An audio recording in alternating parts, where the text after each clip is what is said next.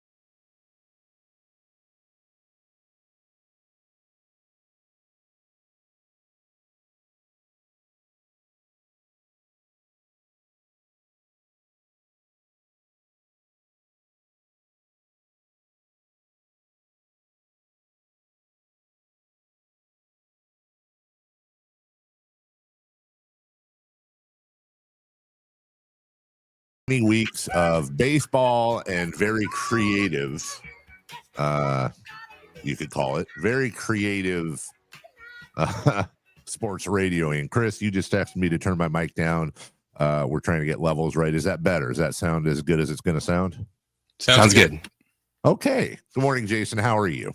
I'm all right.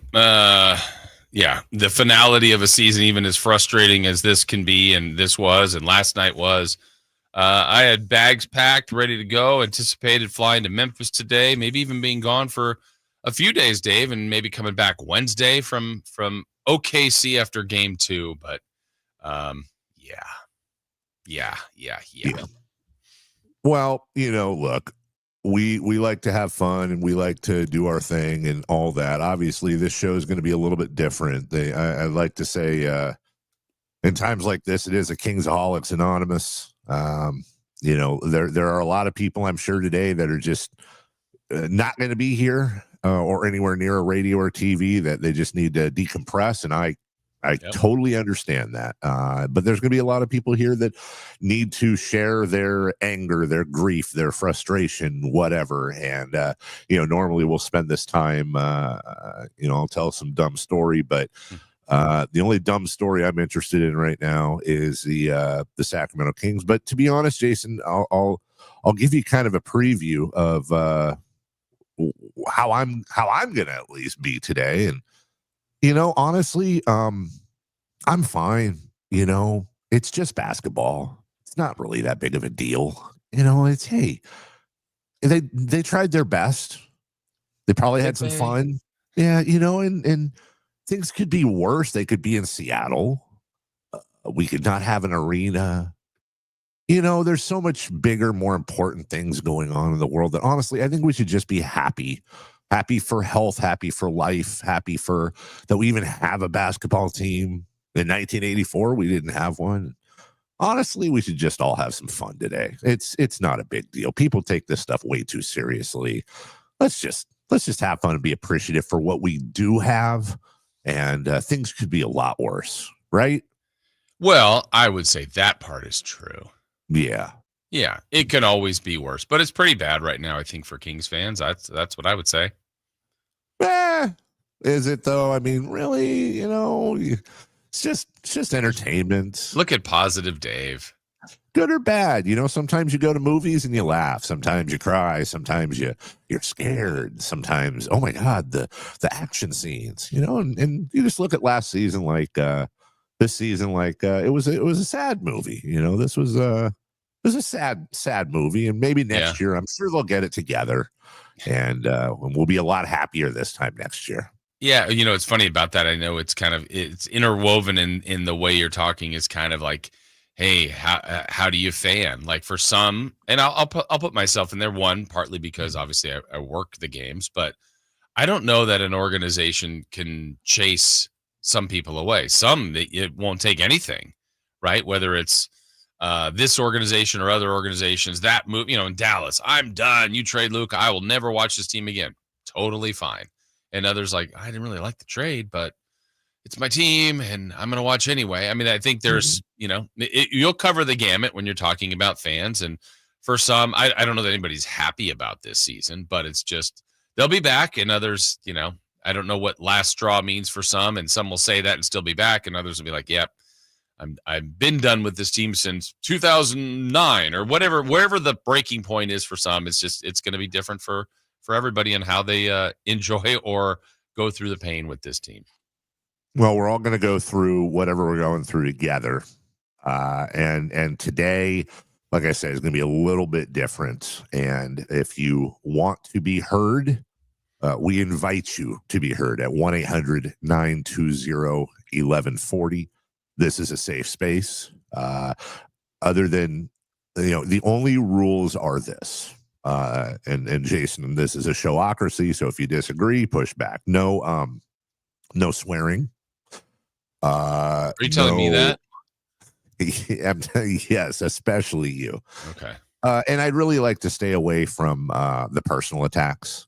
Mm-hmm. I think there's a big difference between this person, they don't know what they're doing, or they were inept or whatever, and this guy's stupid, or what a moron. Yeah. I think, and the reason is, and I'm not trying to be soft about it, what I'm saying is I think there's a lot of really good points to be made today, and when you do that, you give up the high ground and it dilutes the point. I don't want those points diluted. I want them to sink in. So really, that's it. Those are the rules. We want to hear from you. You can also text us at 916-339-1140. And you can get in the YouTube chat where we already have a ton of people in there. And I notice a lot of names that either aren't normally here all the time or are brand new. Go to YouTube, search Sacktown Sports. Please like and subscribe and get in on the chat, which I'm sure will be, like all of us, calm and rational. I will say this, and I'll repeat this a couple times. I've tried privately for a while now, and publicly, I made a request yesterday on social media. We have invited Vivek Ranadive on the program. We would love to talk to him. We'd love to have him on. I think there's some hard questions to be asked, and I would love the chance for us to be the conduit to ask the questions and get those answers. We will see. I'm not hopeful. But just for everyone to know, in case that's one of your questions, is why don't you ask him on? We have, and we have a lot to cover today, Jason. It's not just the end of the season. We'll break down. Here's the other thing I'll say. We'll break down the game a little bit. We'll spend time on highlights or lowlights or whatever it is, sound. But I also think today is probably going to be less about the micro of the game, even though we'll do that, and more of the big picture. Obviously, not only did the Kings lose to the Mavericks and their season is now done, but about 50 seconds after the buzzer, Monte McNair was let go, and we're gonna have some conversations about that. I think the Monte McNair conversation may very well be the most controversial part of the program today when it comes to people and what they think and what they believe. And then the person who broke that story, Sam Amick of The Athletic, he's going to join us. It just so happens he shows up every Thursday, and this is a pretty good Thursday to show up. He's going to show up at 8 a.m. One other thing as well, and again, this is just timing. Normally at 6:44 we do Safer Out, which is a baseball segment. We've removed that to focus on the Kings for today. But at 7 a.m., A's rookie shortstop Jacob Wilson's going to join us. This has been planned. We were hoping to do this on an off day in between the Kings winning and going to Memphis. We're certainly not going to say, hey, Jacob, don't come on. So we'll have 12 minutes of A's baseball in there to talk to him. And then outside of that, it is 100% Sacramento Kings, Jason, which I think is what people want. Yeah, and it's really interesting. You would think, I mean, look, when your season ends and you lose the final game, which everybody does unless you're the champion, you would think the next day is spent a lot on probably the game that you got eliminated on, and then what's next. Well, the Kings have fast-tracked that, Dave, by losing in such a way that the game almost feels, I mean, yeah, we could talk about it, but like it was over. And that's what was so frustrating about it, that there was really no chance to win after the second quarter. But then also making a move as quickly as they did. Now we know, hey, there's probably going to be a busy offseason. Well, it started. I mean, they have already started it and have to hire a new position, at least one. And there might be more. We just don't know. And so they fast-tracked it, and that's going to give us a lot of things to talk about, not only today, but in the coming weeks. Very interesting that, let me see if I've got my math right here. Both home teams last night lost by a combined, I think, 33 points. The Kings losing by 14. The Bulls losing by 19. And we'll also update you, too. There is still some math as to which the Kings could keep their pick, but it's... Oh, look at you. It ain't... it is possible. It is possible. Everything is possible, but it's it sure as heck ain't probable. And if they got the number one pick, you'd be so happy because you know exactly what the team would do with it. Draft anybody but Cooper Flagg. Well, they already have Keegan, so yeah, that's it. Yeah, you want to draft somebody that's gonna play off of Keegan. But we're gonna be honest. That doesn't mean we're gonna be right today. Yeah. There's an important distinction there, but one thing I can promise you all is we're going to be honest. We're all Kings fans. We're going to tell at least our truths. I believe we will agree on far more than we disagree on, but disagreements are fine. Everybody probably has a lot of people, I should say, have different ideas as to how to get to the promised land, but we're all rowing in the same boat. We all want to get there, and I think we all don't care how we get there as long as we do. So some hard truths, some hard questions today, and we'll do our best to do a post-mortem on the season and really just kind of go from there. Jason, how does that sound? Sounds about right. I mean, kind of what we need to do. And again, just appreciate everybody already here. I actually had a couple people reach out on my personal text line last night the way the game was going, and they literally phrased it in some way around this. I had about 2 or 3 people, hey, no offense, but I don't think I'm turning in tomorrow. And there's portions of people like that because, look, This was a bad game. That was before the Monty news. So, probably not wanting to hear about how bad it was, and they all saw it and watched it. Were either in attendance or watched it on TV. And then there's others. There's a lot of people here. So I really do appreciate people tuning in. And like you said, Dave, we can hear from all of them and they can chime in and share their voices. That's kind of the theme. Yeah. Was that really loud? Yeah, but it's kind of perfect. Oh, sorry. Okay. We'll take a break. When we return, leading off, and no suspense here. No. While the Kings had entered. Wow. Yeah, Jason's already jumping the gun there. I am. We will obviously the King season is over. Monty McNair has been fired. We will talk about those things, and we'll do that in just 1 minute.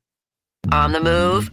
Got somewhere to be? Take Sacramento Kings basketball with you. The Sacktown Sports app will let you stay connected to your passion. Never miss a moment of Sacramento Kings basketball with the Sacktown Sports app. It's Carmichael Dave talking to you about my good friends at American Energy. You're in the Sacramento area. You know how the seasons work. They are a-changing right now. So American Energy wants to help you stay warm for the rest of the cold season, but help you stay cool during the warm season. Best way to do that, make sure your system is operating safely. So right now is the time to take advantage of half off a tune-up, $24.50. They cut that right in half, and if you want a diagnostic, guess what? You can't beat free. If it's free, it's me, and now it can be you. And also, it's the end of the season blowout. $4,000 off a new system plus any rebates. That $4,000, that's a direct drop from the sticker price. It's a great deal. Check them out at theaeway.com for an instant quote or give them a call at 916-520-9990. That's 916-520-9990. Tell them your good buddy Carmichael Dave sent you. Call 916-520-9990 now. Let's do it. Leading off, the 3 top stories in the morning. Huge news. This is very important. Here's cut number 1. Mavs now with the shot clock off have 10 seconds before they begin thinking about flying to Western Tennessee and facing the Memphis Grizzlies. The final seconds of this season tick away. The Sacramento Kings end up losing it by 14, 120-106. The number 10 seed, the Dallas Mavericks, will advance to play the loser of last night's game in San Francisco between Memphis and Golden State. Warriors won that one by 5. Yep, there you go. Final score 120-106. And Jason Ross, there are a lot of subplots here, none more than the 44-19 second quarter. The Kings actually outscored the Mavs in every other quarter, but that was more than enough. And Klay Thompson definitely exercised his demons, 23 points on 8 of 11 shooting, including 5 threes. Anthony Davis, 27, 9, and 3 blocks. Domantas Sabonis did nothing to dispel the narrative, if you will, right or wrong, that when it comes time for playoff basketball, he is not as effective as one would like. And outside of DeMar DeRozan, nothing really to hang your hat on if you're a Sacramento King. Yeah, and I think the second quarter was so incredibly bad that, as you said, I guess they won every other quarter, but it didn't feel like it. I mean, they were just in such a deficit, so poorly played that, let's say they lost the quarter by a respectable margin. Yeah. I mean, games don't end, Dave, generally in a quarter or by halftime. And in this league, yes, you can come from, 23 down, but it didn't feel like they would, didn't feel like they could. And I know they tried, but 10 turnovers in the quarter and just some of the season-long issues all showed up. Your point about Sabonis, this was a big team. They had trouble with Dallas's size. The Kings have not defended the three well. Mark Followill and Chuck Cooperstein said, well, Dallas isn't taking a bunch and they're not making them. Well, they made them last night. So a lot of the things that have shown up didn't disappear in a win-or-go-home game. They showed up and the Kings were bad. And I thought there was the second quarter and maybe a brief window in the fourth where if a miracle happened in the first 6 minutes of the fourth quarter, the Kings held Dallas to 10. That was the good news. So 10 points in 6 minutes, that's maybe where you make your run. The problem was the Kings scored 6 points in the first 6 minutes. And so, yeah, it was bad. They heard boos. They deserved that, I think. And it was awful. Nothing good about last night. Outscored by 25 in the second quarter. And when you look at the splits, and we'll break this down even more throughout the day, 49, 50, and 92 for the Dallas Mavericks. 49, 50, and 92. The team that hasn't been taking a lot of threes and hasn't been making a lot of threes made literally half of their three-pointers last night. It was just, I don't know. You watched, I'm sure, the National. I've not heard what I'm sure Dave Pasch and Tim Legler, not that they had to be nice to the Kings, but maybe it was more about what Dallas did. What was their narrative on Sacramento yesterday? I'd love, honestly, bad show host here, because after that second quarter, or about midway through the second, I know I watched every second, but I turned it down. I didn't. I watched it. I turned down. I didn't listen to the halftime show. I understand that. I think somebody said Stephen A. Smith or somebody on the halftime show said the Kings quit in the second quarter. Somebody can verify that. I just, I couldn't handle it. I love Tim Legler. I love Pasch. Nothing against them. I couldn't.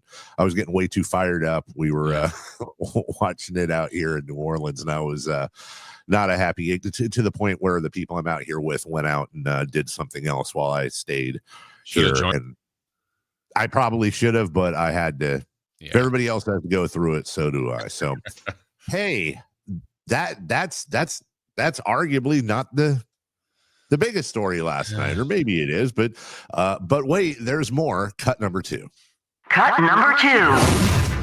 Yeah, certainly not linear. How we've gotten there never is. I think following the 23 season, we had hopes that the core could continue to ascend. Obviously, at this point, we're we've gone in a different direction. At the same time, Zach is an incredible player. I think we have a lot of talent on this team. The West is tough, but we're competing with some of the best teams in that conference. Well, that is the former general manager of the Sacramento Kings, Monty McNair, who was relieved of his duties last night. As I understand it, Jason, there were the players were in the locker room, some doing media. I think a couple had already gone home and slipped out. Then there was a hastily called meeting in an adjacent room in which they were informed that Monty had been let go. Sam Amick broke the news, I think at 10:18 last night, and Shams followed up, and Sam will join us today. Doug Christie, as of right now, still remains the head coach. Why am I forgetting the guy's name? But another assistant is joining Luke Laux at Florida State. Coach Moran, Jim Moran. Jim Moran, thank you. I was blanking on Jim.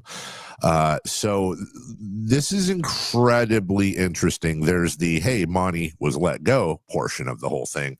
But we also are going to be talking a lot today, Jason, about process and how the Kings process works or doesn't work. And I think this is where a lot of fans, like I said, this is going to be a controversial topic today, because I think a lot of fans are going to see a little bit differently about the firing, or should I say mutual parting of ways of the Sacramento Kings and Monte McNair. But the bottom line is the McNair is over, and we'll do a post-mortem on his tenure here as well.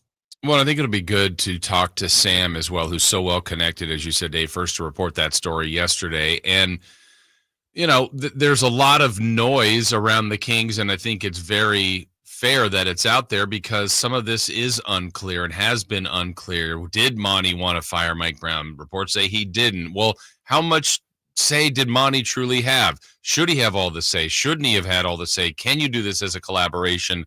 I think a lot of this is leaving it up to interpretation for the rest of us. Well, the results is what it's about, and the results haven't been good. And you just go, what happened to this team that had the executive of the year, coach of the year, clutch player of the year just 2 years ago, and all three of those entities are gone, and what do the Kings have left to show for it? So that's a really tough spot for all of us that lived that first just so enjoyable year of the first Beam team, and since it's been really tough to go through. Well, whatever the gravestone on his tenure says, Jason, Monty McNair was at the head of the snake for the breaking of the 16-year playoff drought. He drafted Tyrese Halliburton, traded for Domantas Sabonis, won executive of the year, and the Kings have won 40 or more games in 3 straight seasons with McNair at the helm. Before that, they had not won 40 games in any season since 2005-2006. They had a .488 winning percentage under Monty McNair compared to a .362 win percentage for the 15 years prior. And of course, that doesn't mean, past performance doesn't predict future results, blah, blah, blah. We can litigate whether or not he had to go. But I think where it gets really confusing is we may not have all the info. And as you said, Sam's going to join us and help out. But I would say in short this, if I knew that Monty McNair had made every decision while general manager of the Sacramento Kings, I would 100% understand letting him go. But I don't believe that's the case. Yeah. In fact, I would bet my house that is not the case. And that's where we get into the gray area of how the hell do you judge a guy when you don't even know which decisions were his? Yeah, and if you're doing that on the GM and then maybe the head coach, whether it's Mike Brown or Doug Christie or player, like that trickles down to everybody, where you have to kind of evaluate everybody, but it feels like it's a little bit tougher to do with that uncertainty out there, but still fair to do. It's just harder to feel like you're truly doing it accurately as best as possible. We'll take a break. When we come back, Jason's going to run us through the audio of last night. Listen, fun. Two segments here. This one, and then per tradition, we will do a Kings Rewind at 7:43. And yeah, we're all going to deal with it together. So relax, drink some coffee, or maybe some chamomile tea with honey. I don't know, whatever boats your float, or maybe bourbon, whatever you need. It's Carmichael Dave with Jason Ross and Chris Verlaud right here on your home of the Sacramento Kings, Sacktown Sports. Visit SacktownSports.com and join the Sacktown Sports 1140 newsletter. Sacramento weather is brought to you by Elk Grove Honda. I'm Tamara Berg in the KCRA 3 Weather Center for your Thursday. It's going to start out cloudy and cool thanks to that delta breeze. As we head through the afternoon, clouds will thin out as the hours go by. Expect temperatures today close to average into the low 70s. Get the latest forecast on the KCRA 3 News and the KCRA 3 app. At Elk Grove Honda, we've acquired some of the best pre-owned cars we can find. Whether you purchase a new Honda or a like-new pre-owned Honda, Elk Grove Honda has the right Honda at the right price. In the Elk Grove Auto Mall, Highway 99 and Elk Grove Boulevard, or elkgrovehonda.com. I gotta get an Elk Grove Honda. If you've got a gas-powered engine, keep it running like new at every fill-up. Stable in-season protection is your engine's preventative medicine, cleaning and protecting the entire fuel system in season. In outdoor power equipment, prevent gum and varnish buildup that could cause a rough or non-running engine. For cars and trucks, increase fuel efficiency and power by removing deposits, ensuring your engine the competition in independent lab testing. So at every fill-up, start with Stable. Drivers who switch and save with Progressive could save hundreds. With that kind of money, you could go big time and skip the regular line at the airport and pay for speedy security. Imagine not having to quickly unpack and pack at the place you already came back to. And wearing your shoes the whole time you're there? You can't put a price on that kind of luxury. Well, actually you can, and you paid for it. Switch to Progressive and you could save big time for speedy security. Progressive Casualty Insurance Company and affiliates, not available in all states. Potential savings will vary. If you've got a gas-powered engine, keep it running like new at every fill-up. Stable in-season protection is your engine's preventative medicine, cleaning and protecting the entire fuel system in season. In outdoor power equipment, prevent gum and varnish buildup that could cause a rough or non-running engine. For cars and trucks, increase fuel efficiency and power by removing deposits, ensuring your engine's long-term health. Stable outperforms the competition in independent lab testing. So at every fill-up, start with Stable. You ever try fixing your car and realize you're missing that one part? Yeah, been there. That's why eBay's my go-to. They've got millions of parts, guaranteed to fit. I'm talking brake pads for when yours have seen one too many miles of stop and go. Oil filters, because you don't mess around with your engine care. Even got this cold air intake on my watch list. I might just go for it to keep the ride cool and your DIY streak hot. Find all the parts you need at prices you'll love. Guaranteed to fit every time. eBay. Things people love. Eligible items only. Exclusions apply. This is the story of the one who, as a maintenance specialist for a historic high-rise, knows that vintage charm historically needs constant attention. Which is why when it's time to upgrade turn-of-the-century mechanicals, they turn to Grainger. With easy access to 1 million+ products and the scale to deliver when and where you need them. The right tools and supplies are never far away. So the one can keep that vintage building running like new. Call, click Grainger.com, or just stop by. Grainger, for the ones who get it done. Wesley Financial Group is not a law firm. Are you a victim of the timeshare trap and think there's no way out? I'm Chuck McDowell, founder of Wesley Financial Group, the original timeshare cancellation expert. And I'm here to tell you that there is a way out. All you need to do is give my office a call. I will send you a timeshare exit information kit absolutely free, explaining how the timeshare industry works and your options for cancellation. Call Wesley now for your free info kit. Call 800-887-1010. 800-887-1010. What's going on, world? It's your boy Kevin Hart with some exciting news. I am coming to a city near you. My new tour is called Acting My Age, and I want to see you there. Come out, have a good night, a good time. It's all new material in a much, much more intimate setting. Go get your tickets and head to KevinHartNation.com now. Comedy superstar Kevin Hart brings his new tour, Acting My Age, to the venue at Thunder Valley on Saturday, April 26th. Tickets on sale now at ThunderValleyResort.com and KevinHartNation.com.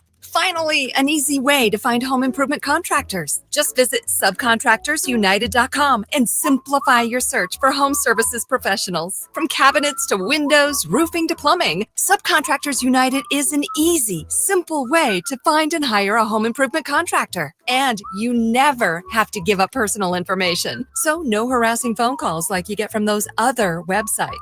SubcontractorsUnited.com is sponsored by D&D Cabinets and Savage Design. Hey, everybody, it's your boy Kyle Draper. You know I'm a big guy, right, everybody? So sometimes, even my SUV or sedan, I want a little more space. Maybe I want to take the fellas to the football game or to the basketball game. Maybe I want to go golfing. Well, Mercedes-Benz of Stockton has the perfect solution. They have a Vans Fleet Center, and they understand your business needs. They understand your personal needs as well. They have a great inventory and a huge selection, and plus, they have the perfect van to power your fleet, including the new fully electric eSprinter alongside those reliable diesel options. So if you're looking for a new van just for personal reasons or even for your business fleet, head on over to Mercedes-Benz of Stockton. And get this, you can take advantage of their exclusive limited time 0% APR financing offer for up to 60 months on select models. So head down to Mercedes-Benz of Stockton or online at mbfstockton.com and tell them Drape sent you.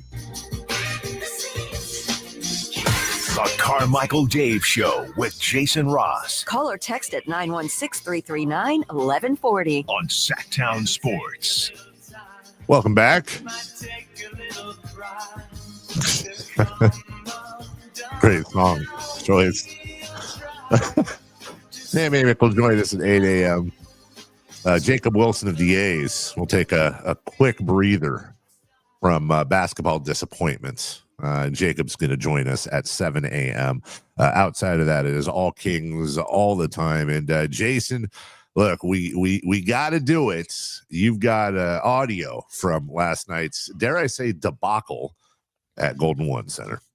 Yeah, let's do it. Well, at least the best part of this is you get to hear the legend himself, the G-Man, but you'll hear disappointed G-Man by the end, unfortunately, much like the rest of us. But let's tell everybody how it started, Dave. A lot of anticipation, the vibes, all that stuff was right. I mean, the building was electric, what you would expect, and let's get at least some King stuff early because there won't be much after that. It ended up Zach LaVine in his first play-in game as a member of the Sacramento Kings in the first quarter, knocking down a triple try. Little adversity here in the first 5 minutes of this contest. Zach LaVine, right wing, open, three on the way, scores it. That puts an end to the Dallas 10-0 run. The triple makes it 15-10. All right, first quarter featured a bunch of lead changes, a bunch of ties, so they're going back and forth, and even some defense, believe it or not, from the Kings that would result in some offense. Davis is on the floor, slow getting up. Kings lead 5-on-4. Kevin Carter from the corner for three. He's got the triple. Kings take the lead at 25-23. Jason Kidd calls timeout.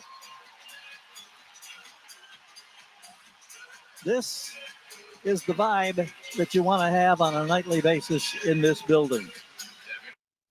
Like freeze right there, Dave. That was the moment you're like, okay, this place is alive. It's electric. Carter hits the three. It was up in the rafters, and you're going, okay, we're in for a good night right here, and that might have been the peak. I truly, honestly, I mean, I've any Kings fans not sitting there thinking, oh, we're going to win this thing, but started out. Felt pretty good. Dallas hit their opening shot. It was a little back and forth. I want to say there was like 6 lead changes in the first freaking 4 minutes. But the Kings, a little 2-point lead here, 3-point lead there, 2-point, 4-point, whatever. I'm thinking, okay, well, they're just getting their sea legs and they'll make it happen, and woof. Yeah, then it just fell apart. We get to the second quarter. So Kings led by 2 after 1. We go to the second quarter. Klay Thompson was scoreless in the first, missed a couple shots. The first one he made went in and out, popped way up high, almost as top of the scoreboard, and then dropped in, and it was like that opened up things for Klay because he caught fire. 5.5 to play in the second quarter. Exum looking for Thompson. Screen set. Here's another three, another score. Klay Thompson is on fire for the Dallas Mavericks. He's got 12, and all 12 have come here in this second quarter. It's now 53-39. Yeah, he would end up hitting 16 points in that second quarter. The Kings had 19 as a team, and AD actually started slowly. And I thought the early feel of the game is Kings did a really good job of scheming around AD. They were physical with him. And Dallas really first run was better without AD on the floor. But then when he came back, he got into a groove, and it was getting ugly for the Kings. The Kings just shot themselves in the foot. They have 9 turnovers now total for the ball game. Davis straight away going to launch a three. This one is good. Anthony Davis with the triple. Doug Christie calls timeout. This one has gotten totally away from the Kings in the second quarter. Davis knocking down the three, being greeted across the way. And you could hear it in the background, the boos from the Kings fans, and one more first half, low light as it got worse for the Kings. It's a drive by Williams out to Davis. He's going to go for another three, and he scores another three. It's now a 23-point Dallas lead at 71-48. They are just annihilating Sacramento. The latest push is 14-2. Now the whistle and an offensive foul is called here on Sabonis. Part of a 10-turnover second quarter, Dave. 10 turnovers. 10 and a half is too high. 10 and a quarter is almost impossible to do.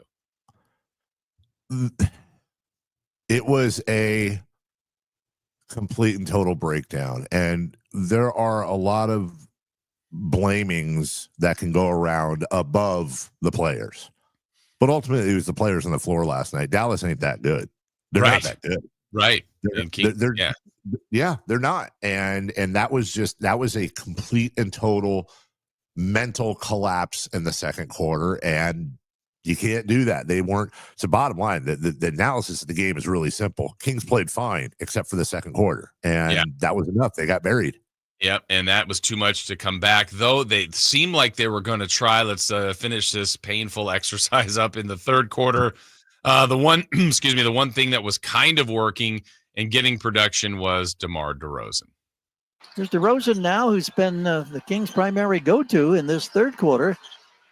Spinning, launching, scoring, this time against Caleb Martin. So 28 points, 15 in the quarter for Debo, 97-81. All right, so Debo doing his part, trying to keep the Kings close. I believe they got to 16 6 different times. They just couldn't break that threshold and make it to 13, 12, 11, somewhere where you really get some momentum because Dallas kept scoring. Davis, left shoulder toward the basket, now squares up at the top of the arc.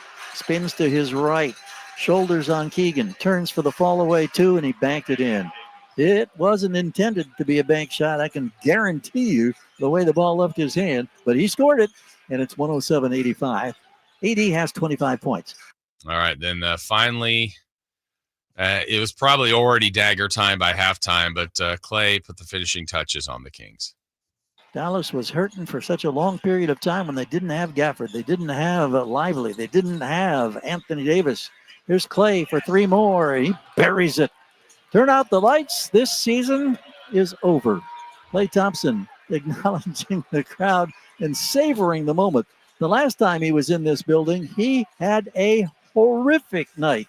Not tonight. Well, he exercised those demons, and all that's left is the last words from the G-Man. Mavs now, with the shot clock off, have 10 seconds before they begin thinking about flying to Western Tennessee and facing the Memphis Grizzlies. The final seconds of this season tick away. The Sacramento Kings end up losing it by 14, 120-106. The number 10 seed, the Dallas Mavericks, will advance to play the loser of last night's game in San Francisco between Memphis and Golden State. Warriors won that one by 5. And the 14-point differential, Dave, was the closest they would get after halftime, and it honestly didn't really feel like it was that close. So there's your listen back to how it played out last night. The Mavs coming into this game had lost 5 of 7. Their only wins, they won by 2 at home to Atlanta. They won by 22 at home to Toronto.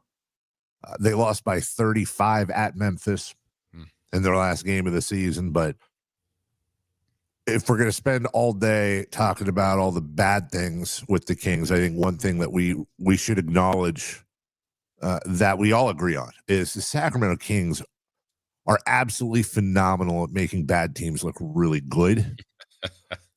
And I think they have the opportunity to do something incredibly funny. Not the Kings per se, but oh my goodness. What if Dallas beats the Lakers in the playoffs this year? As they move on. Wow. Yeah. all the Nico stuff, right? What if he was right? What if he was right and they beat the Lakers? Talk about the all-time turn of events. And as a Kings fan, I'm just so darn happy we could help Nico with his PR. You should probably send a check to the entire team. Yeah, there was people. I mean, obviously, social media jumps on the Kings, understandably so. But seeing the amount of people last night that posted something along the lines of, wow, a general manager was fired after the Kings-Mavs game, and it wasn't Nico. And it's like, yeah, okay. I mean, fair targets for the Kings. So, yeah, it's all fair game because they deserve it. Who doesn't deserve it? The fan base. I will say it 100 times today, and I know, Jason, you agree with every part of the sentiment. Sacramento Kings fans are the best in the world. That's not just lip service. I believe that is truly a fact. I count myself as one of them. I know you do too. They deserve far, far better than this. They've deserved far better than this for a very long time now. And I hate being back here having some form of this conversation pretty much almost every year we've been on the air. But it wasn't just about the micro of the game last night. It's about the macro of the franchise, and Monty McNair relieved of his duties as general manager. We'll get into that story and more coming up right after this. You never know what you might hear when listening to a Sacramento Kings game. Out of Keegan, going for another triple. Man, is he feeling it. Keegan, can he do it? Yes! There's number 11, Keegan Murray. Keegan steps back. He just knocked down his 12th three-pointer, a Kings franchise record. He's got 45 points. Never miss a moment of Sacramento Kings basketball with Sacktown Sports and the Sacktown Sports app. It's the final days of the spring sales event. Drive home your new Honda before the deals and the new Hondas disappear. Folsom Lake Honda, your one-stop Honda shop. Looking to own or lease? During the spring sales event, drive a brand new Accord or Civic. Visit us today at folsomlakehonda.com, your one-stop Honda shop. As a family-owned and operated dealership since 2009, customer service is our number one priority. Our customers love doing business with us, and you will too. Folsom Lake Honda, yeah, your one-stop Honda shop. Spring is here, and that means gigantic savings for all your oil change needs at Jiffy Lube today. Get a $25 gift card with the purchase of any Pennzoil Platinum full synthetic oil change through May 31st at your local Jiffy Lube service center in the greater Sacramento areas. And don't forget about the additional $30 off online coupon at jiffylube.com. Terms apply. Valid email address required. See pennzoil.com/rewards for details. Jiffy Lube, huge spring savings for you today. Go from daydreamer to industry leader with Amazon Business. From office supplies to IT essentials, Amazon Business provides tools that help you save costs and make insight-based decisions. Learn how to bring your visions to life at amazonbusiness.com. Whether you're shaping up a small yard or tackling serious acreage, Steel walk-behind zero-turn and stand-on mowers are built to get the job done. Shop online or at your local Steel dealer. Steel, let's go mow. Available at participating dealers. Ooma. What was that? That is business phone bliss with the Ooma Cloud phone system. It handles all our voice, video, and messaging needs. You sound very calm. I am. Ooma has everything I need to run my business more efficiently, like virtual receptionist, call routing, and video conferencing. And it starts at just $19.95 per month per user, plus taxes and fees. Ooma. Nice. Find your business comm at ooma.com/radio. What's going on? We're talking to Chad Hoblet of Hoblet Dodge Chrysler Jeep Ram in Woodland. Chad, what's happening for the Jeep Celebration event? I'm excited about this, or should I say my wife is. $20,000 off MSRP on the brand new 2025 Jeep Wagoneer S. She had a chance to drive one, and she loves it. And I've not heard from anyone who doesn't love their new Wagoneer. And we have a great selection and more on the way. I will admit, I sat in one, and it feels very luxurious. It's nice having such a great option to help get the family wherever they need to go. And if you're looking for something else, we have you covered there, too. People love our new certified pre-owned supercenter with over 200 vehicles available and over 50 under $20,000. Whatever you need, you can get it at Hoblet. Search, select, and save through their whole inventory at HobletDodge.com. Unbeatable prices, unbeatable selection. Nobody beats Hoblet, period. 20,000 total net savings after 14,000 factory rebates and 6,000 dealer discounts. Rebates include 7,000 CDJ federal tax credit offered by third party and subject to change without notice. Consult tax professional for eligibility. Through this net savings, sample VIN 562-884. See dealer for details. Thunder, Feel the thunder. It's the energy all around you. Lightning and the thunder. The thrill of the moments to come. Introducing all new high limit slots, showcasing over 260 exciting slots, impeccable service, premium amenities, and action that's unmatched. Thunder. Feel the thunder. Lightning and the thunder. Thunder Valley Casino Resort. Feel the thunder. Insurance companies perform a very valuable service, but they want to keep their money. Although most cases settle before trial, it is paramount that the insurance companies know that if pressed, your legal team has the experience to take your case all the way. For 25 years, Ashton and Price has earned the reputation that if the insurance company isn't fair, we're ready to force them to be fair. My mom used to warn me, wait till dad gets home. Think of us as dad. The best part, there's no fee until we win. Remember, for the best advice, don't think twice. Call Ashton and Price.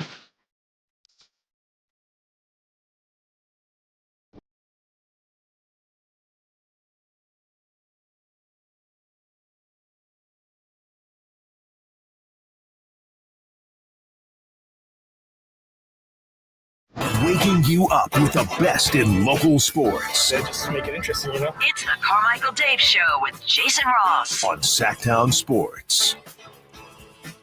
In addition to the Kings losing last night, Monty McNair was fired as the GM of the Sacramento Kings. We told you we'd take your phone calls at 1-800-920-1140 along with your texts and various chats on the YouTube page. And we'll give you the opportunity to communicate. That's really, in my mind, what I'd like to do today is a little bit of us sprinkled with a lot of your opinions. Jason, I believe we have Ishmael on the phone. Yes, we do. Ishmael's joining us first this morning. Good morning. Hey, good morning, guys. How are you? Good. So just, obviously a really rough way to have the season end. We sort of saw this coming. As for McNair getting fired, I saw a lot of Kings fans on social media kind of celebrating that. I think we got to treat him with slightly more respect. I mean, he put together the best teams we've had here for a while, working under, I would say, difficult conditions under ownership, which I'm going to get to in a second. But just, him going out, Wes Wilcox going out so quickly after doing like a franchise-defining trade of De'Aaron Fox. I was warning about this before that if their leash is this short where you're fired, before the buzzer even goes off in the last game of the year, should you have been trusted with doing that sort of a trade? But I just want to really hope that fans can start looking at ownership. And I'm not saying in like a malicious, type of way, but this fan base is so great that it's almost impossible for it to get toxic. The city will do anything to support the players, the team. They really don't want to boo. They don't want to, get nasty or anything like that. We see other fan bases very quickly turn on their teams. And I think ownership has exploited that sort of unconditional love from the city and from the fan base, and has really taken that to what they've done with this team. I mean, like the Mavericks is the perfect team to go out against because 2 years ago, the Mavericks season wasn't looking that great. And they decided, because they didn't think they would be contenders, to tactically tank the end of the season to get a lottery pick, which they used on Derek Lively, who helped them go to an NBA championship. We were trading De'Aaron Fox. Our season was clearly not going to go anywhere. And we decided, no, we have to keep competing because the play-in is the ultimate goal.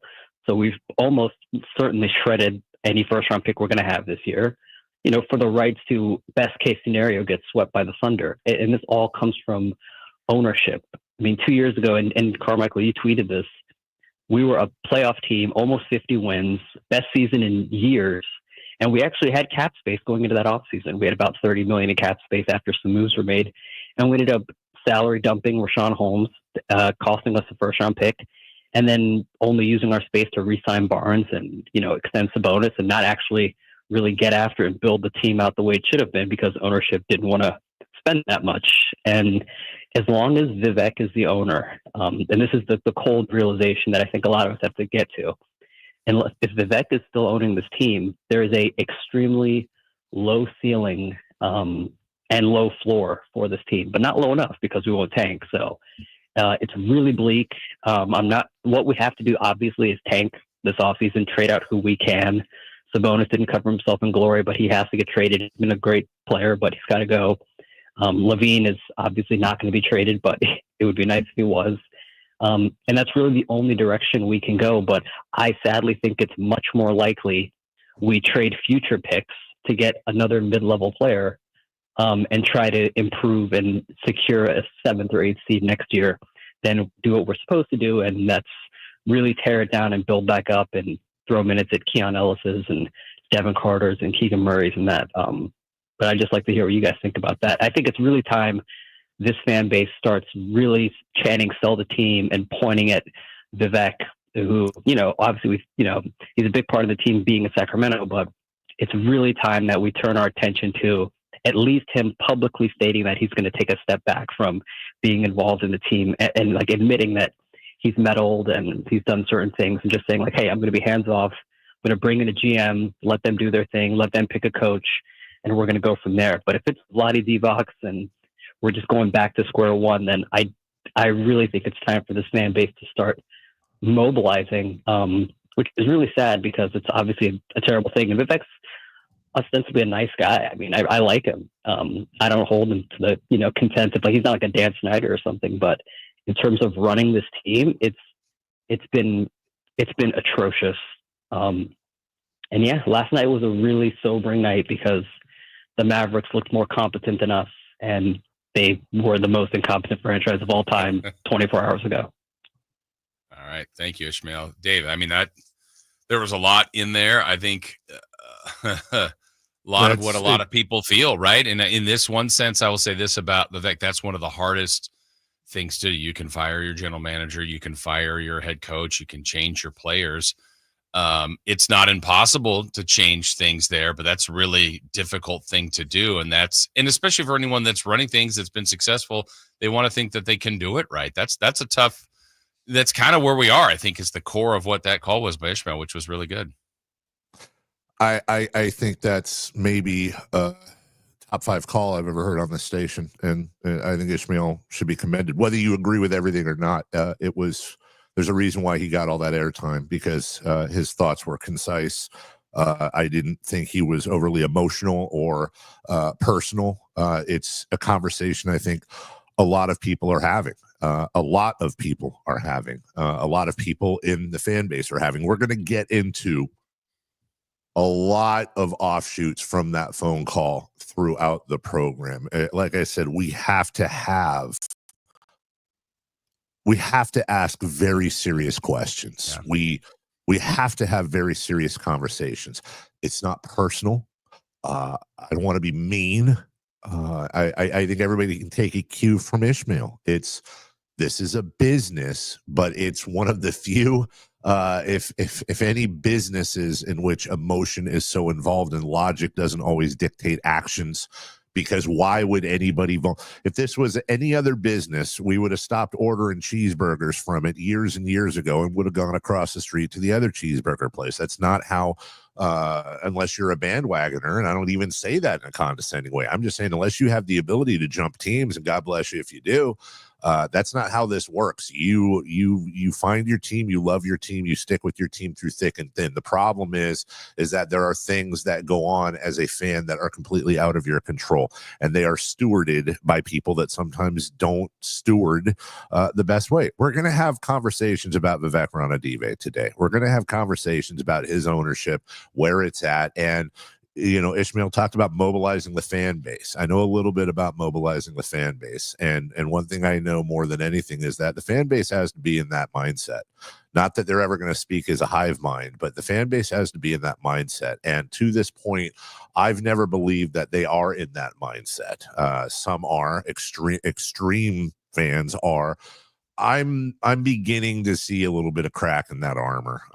I'm starting to see that a lot of people, myself included, believe that the firing of Monty McNair, whether justified or not, is quite simply rearranging the deck chairs on the Titanic. So we will have that conversation. In the meantime, we will take a break. When we come back, it's our only break from Kings basketball today, ladies and gentlemen. A's rookie shortstop Jacob Wilson is going to join us right here at the top of the hour.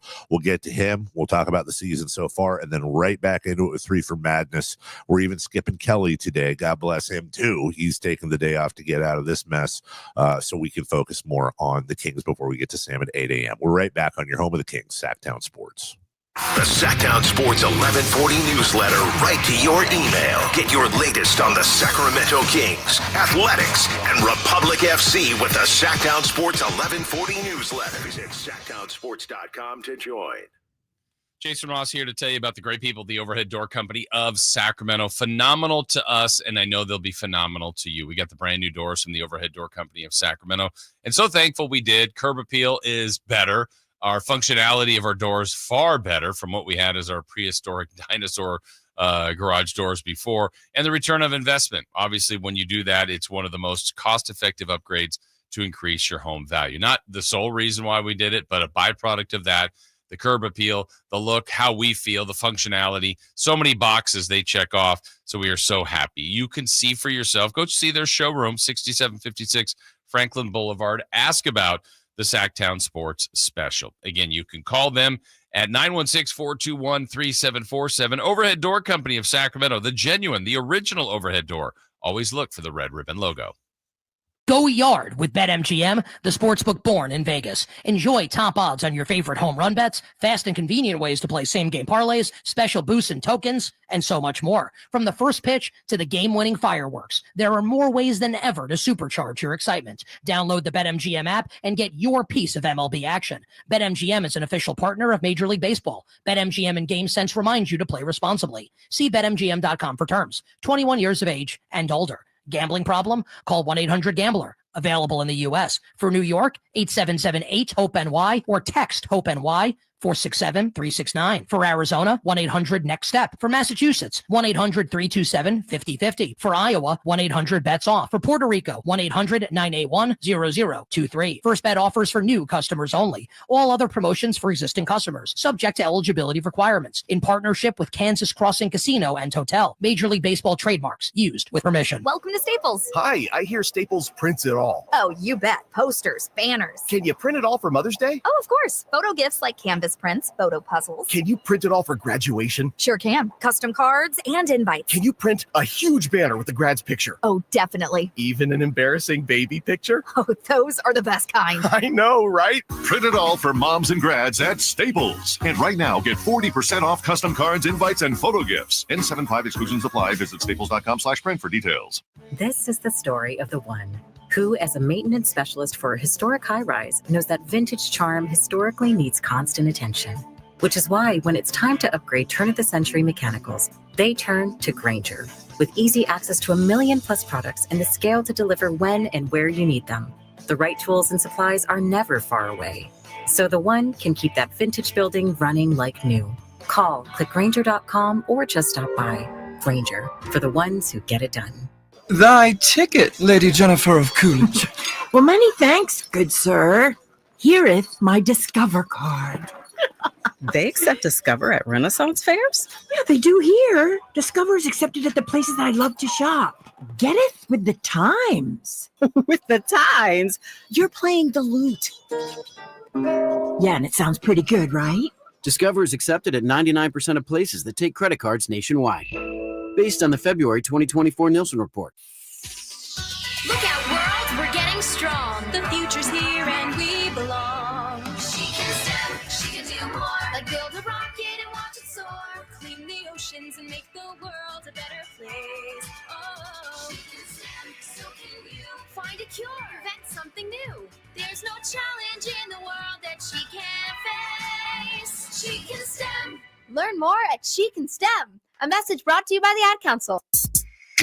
Power Business Technology is proud to be a 100% independent, locally owned and managed Toshiba copier dealer. Local ownership cuts out the red tape, allowing ourselves to never be too busy to personally answer the call when our clients need us. Recognized for excellence in service execution, training, and customer service, we're proud to be named a Toshiba ProMasters Elite dealer since 2021. Contact us today for all your business printing needs at 844-POWER-BZ. That's 844-769-3729, or visit us at powercopiers.com. Finally, an easy way to find home improvement contractors. Just visit subcontractorsunited.com and simplify your search for home services professionals. From cabinets to windows, roofing to plumbing, Subcontractors United is an easy, simple way to find and hire a home improvement contractor. And you never have to give up personal information. So no harassing phone calls like you get from those other websites.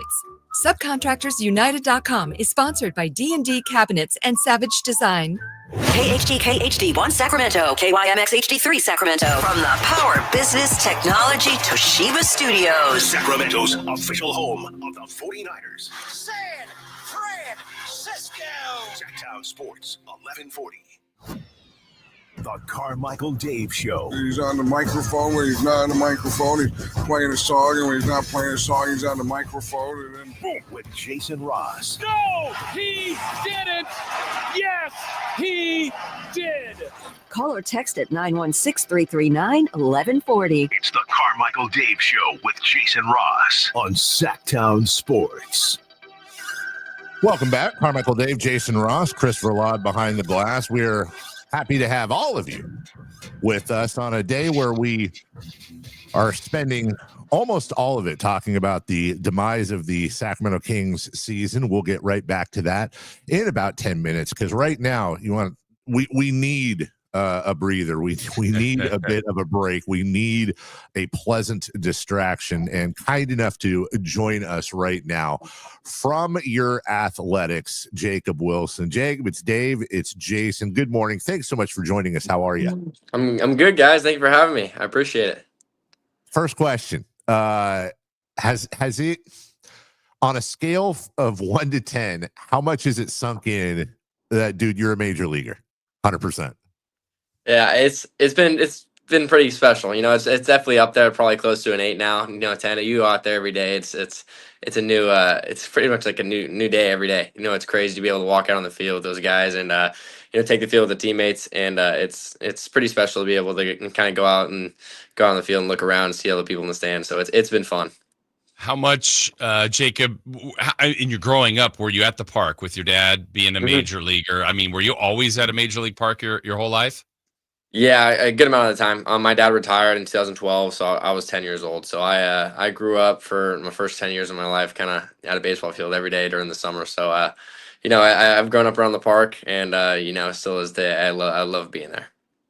So, you know, being able to play in the major leagues, I was thinking about you yesterday because, look, there's a lot of news about the A's being here, and it's a minor league park, and it's kind of halfway in between a major league and minor league park. And you know, we've heard some opposing players, we've heard some grumblings, if you will, but I got to think it's a lot easier for someone like you, who is still probably more used to the minor league situation, that this is still a step up. And I'm imagining you're thinking we could play in a matchbox. I don't care. I'm in the show, baby.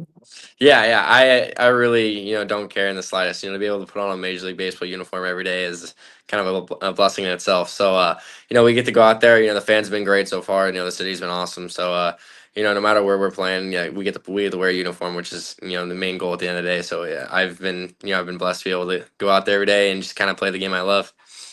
A's rookie Jacob Wilson joining us. Jacob, you're a little bit of a part of history. Like the Cubs did hit a home run technically before you guys did, but you hit the first Athletics home run at Sutter Health Park. Kind of describe that feeling for you, home run, the first one there. Did you get the ball? Just kind of how did all that play out? Yeah, it was a special moment for me, just because it was also my first Major League Baseball home run as well. That was the first one I ever got. So you'll be able to, you know, be the first A to be able to hit it at that park. You know, it was a pretty cool feeling for sure. I had all my family there, and then obviously the teammates were all happy for me, and you I actually didn't get the ball back. It went in the stands, and it's fans go to the game to get souvenirs, so they got the baseball. Someone has it out there, but it's all good. No hard feelings about it, but it was definitely a cool moment for me. Jacob Wilson joining us. Jason, I don't know if you did the same research that I did, but this is a bittersweet interview for both of us, both you and I, for two reasons.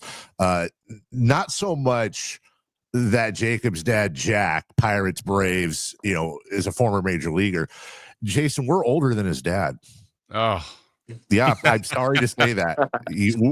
We are older than his dad.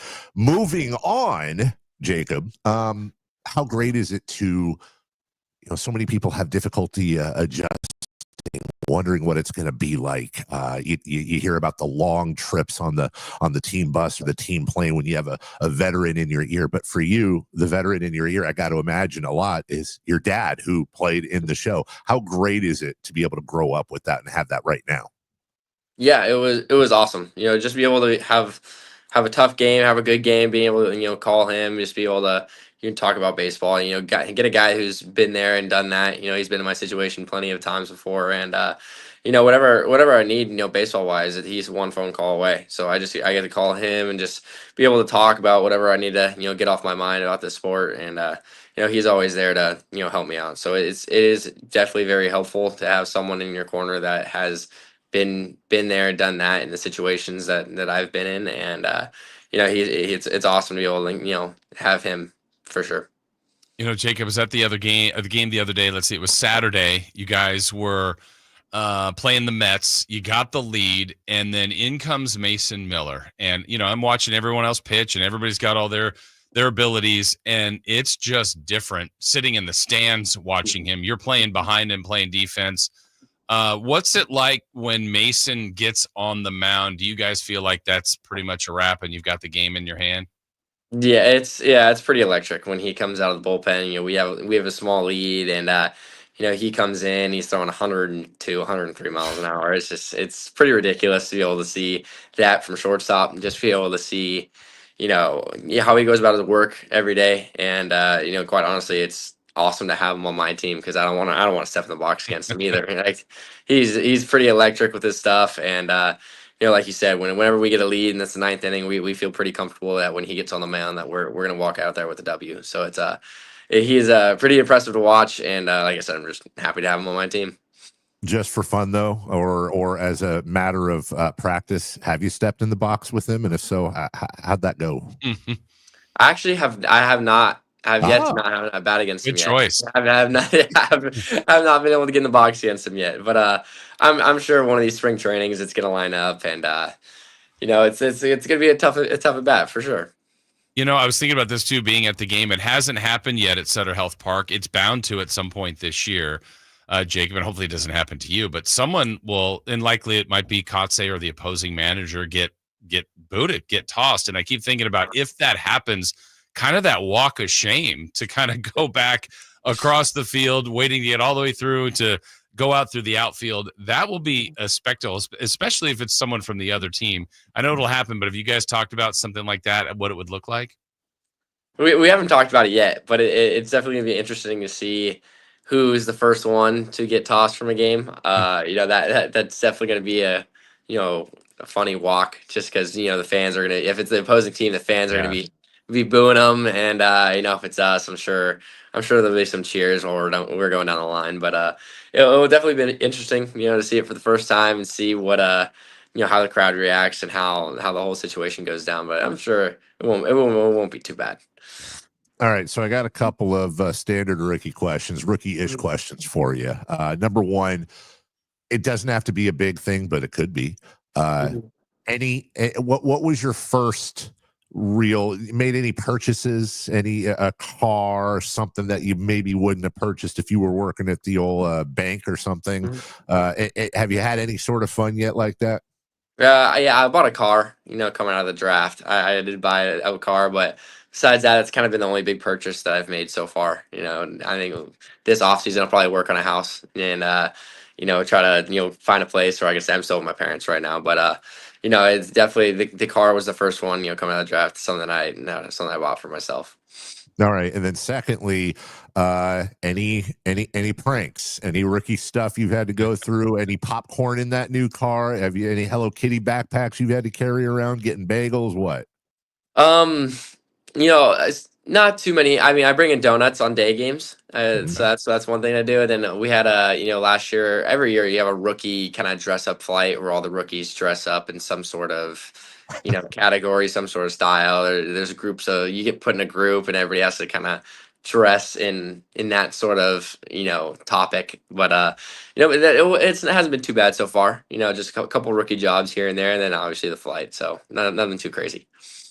All right, last one for me, Jacob. I know you got to get to the park. You got a day game here in Chicago. We really appreciate your time. So we do a contest on the show. It's called Let's Go Streaking. You pick a player a day. If they get a hit, your hit streak continues. You just can't pick the player again. Well, I'm on a 3 or 4 game hitting streak. I picked you yesterday, which was fine. You didn't, you had play. a day off. Yeah, so my streak is still intact. I'm just asking. I mean, do I go with you again today? You got a hit for me today? That's the plan. Going into it, you gotta go try and get some hits and get on the board and help the team win. So I'm definitely I'm gonna go out there and try and get a hit. Yeah. Yes. Okay, they're gonna make a movie out of that. On one hand, you have the major league slugger and meet some kid and hits a home run for the poor kid, and then on the other side, you got Jason Ross wanting to extend his radio show streak. Hey, listen, congratulations. You are a major leaguer. Here's to a long and successful career for you. Welcome to Sacramento. This city, if you haven't figured it out, is going to love you no matter what. And go out there, play well, and good luck to you, my man. Awesome. Yeah, thank you guys so much for having me. I really appreciate it. All right, you take care. That is Jacob Wilson of the Athletics. Yeah, Jason. Was I too much of was I begging there for a hit? No, I didn't really hear much after I realized we're older than his dad. I know. Why'd you do that? Because I didn't remember his dad playing. I thought never mind. I didn't want to break wear up. I didn't want to mess with the energy of the interview, but in the end, of course I did.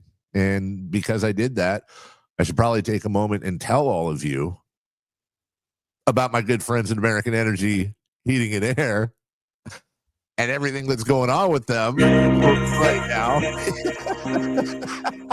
I'm going to guess Chris was saying goodbye to Jacob.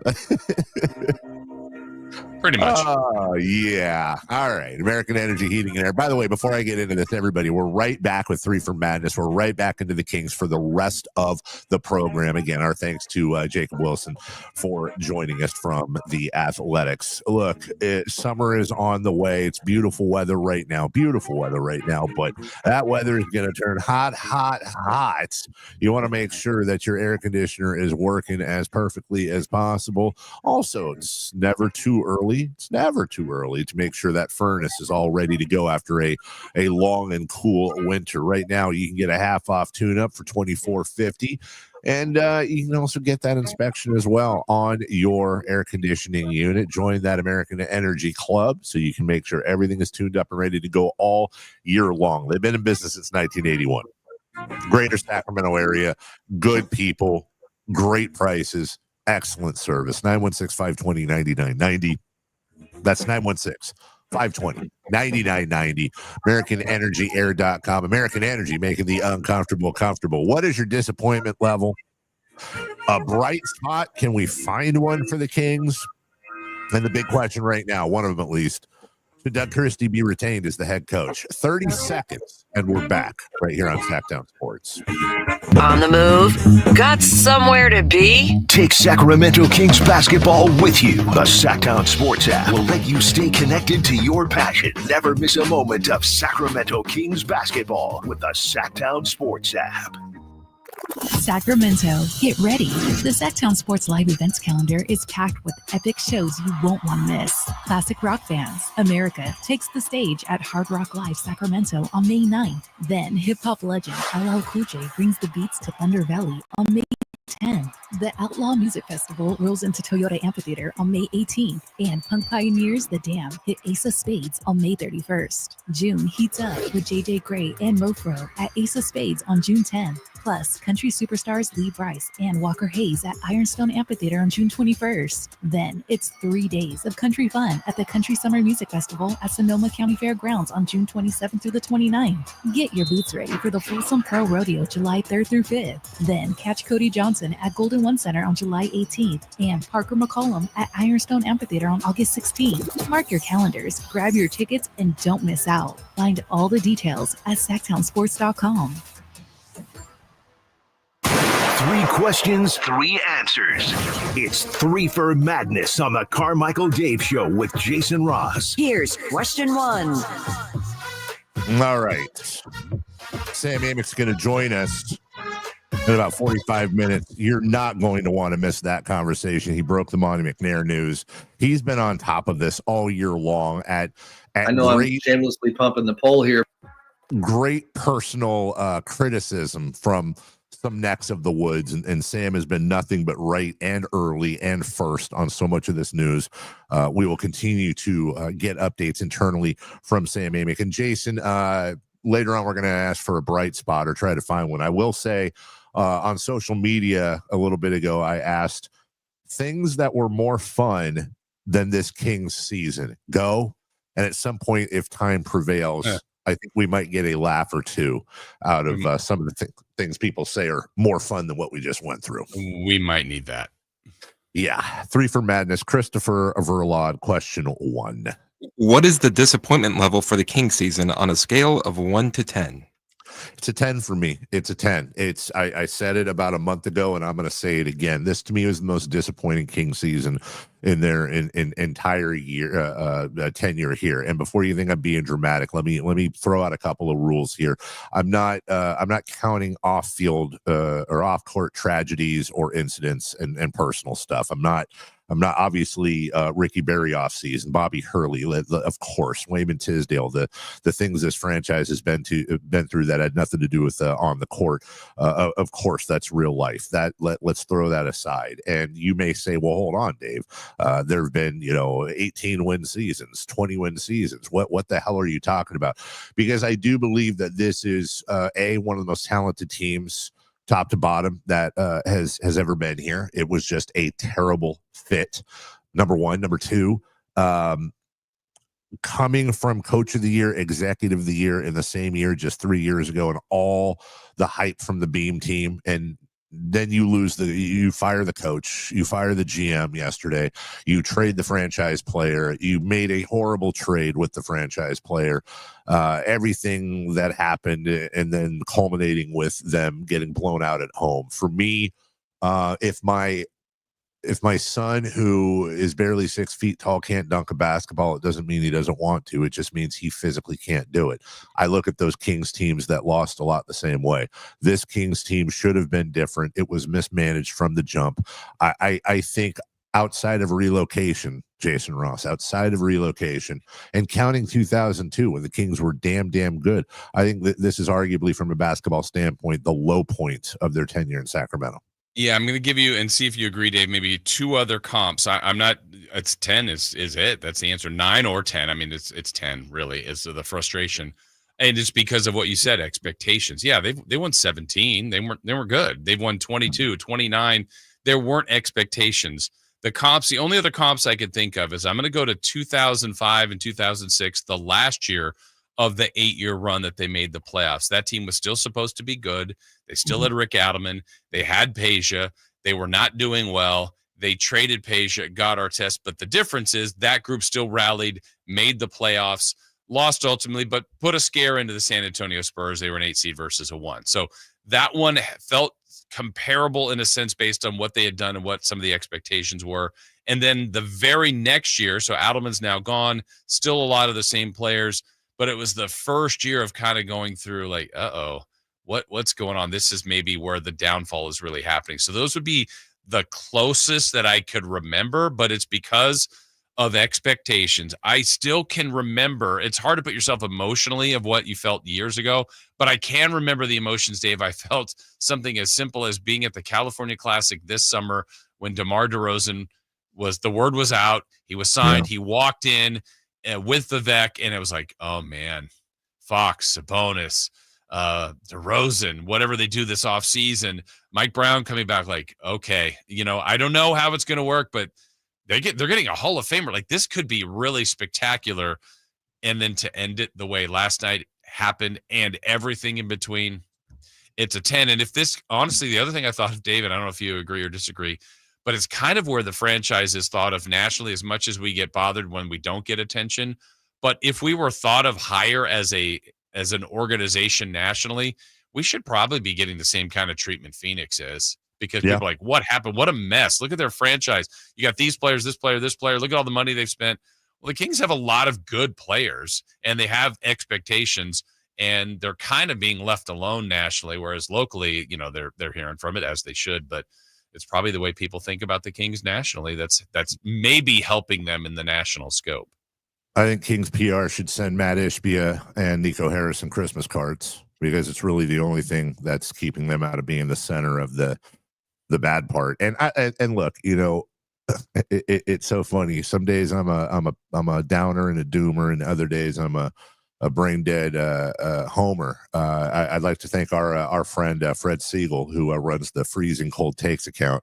As if losing wasn't bad enough, he had to hit me with, and I bring this up because you mentioned DeMar DeRozan.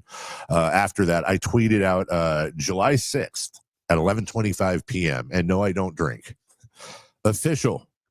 The Sacramento Kings now run California. Warriors, Lakers, and Clippers can fight for second. And that's just, I'll never apologize for being excited, for being over the top, dramatic, and happy for this team. And you're right. When they brought in DeRozan, it's like, you know what? Screw it. It's the summer. I'm excited. Let's go.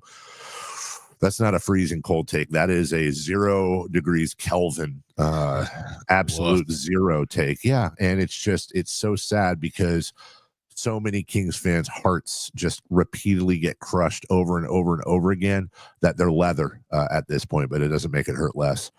Question number 2, please. Question 2. Should Doug Christie be retained as the head coach? I want to be very, very clear about this, and I believe there is only one correct answer. As always, push back, Jason. There is only one correct answer.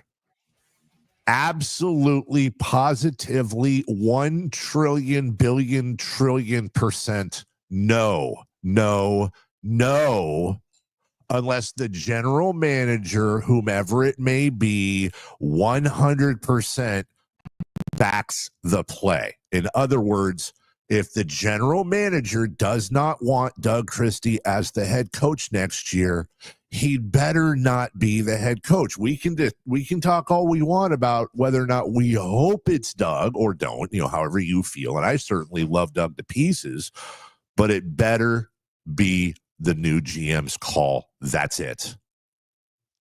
I can't. I mean, I want Doug to be, but that doesn't mean it's not that. It's not a want. It's you got to be in lockstep. And my thought on Doug, on Monty, on whatever was going to happen in the offseason, Dave, before last night, I felt like the decision shouldn't have had an impact. Last night shouldn't have mattered if they went 2 rounds, if they lost last night, which they did. Whatever happened last night, I feel like decisions should have already been made. And obviously they made a very quick decision on Monty McNair. I think it should be the same, whatever you do. So if you kept Monty, keep Doug. If you're removing Monty, you likely should remove Doug based on what you said, unless you bring in, like you said, the new general manager, and the new general manager says, no, I'm 100% supporting Doug Christie. This is the direction I want to go. I know Doug wants the job. I would like to see Doug keep the job. I just think you've got to be, you can't do this exercise they've done before where you have a coach before the GM. It just doesn't work. And I want what's best for Doug. And we said it when they hired him, Dave, there's been a lot of great former Kings, and Doug, I know talks about it as unfinished business, and they want to be back. They want to finish what they couldn't do. They want to deliver it to these fans. And sometimes there's things that keep them from doing it themselves too. I mean, they're all part of this, but I just feel for him, and I really want what's best for Doug Christie. And for really what might be best for him is to not have the job. I hate to say there it. is a very good argument that the best thing for Doug Christie would be to get as far away from this franchise. I don't think he'd agree with that. Right. But if you love Doug, sometimes look, what's the old saying? If you love Doug truly, sometimes you got to set Doug free. Mm-hmm. So, question 3, please. Question 3.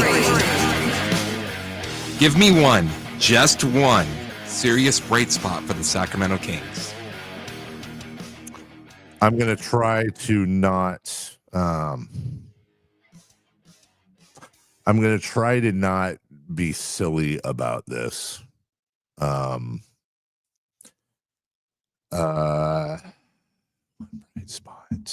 bright spot. Hold on. Just honestly, I wrote the damn question at 4 a.m. this morning. And I'm not trying to be silly. Like, what is the one? Jason, do you have one in mind? What first came to mind, and I'm not doing like the bigger, like, hey, they're here. We have none of that. This is for this season, this team. I honestly think, and this could be picked apart, and people push back, that's fine.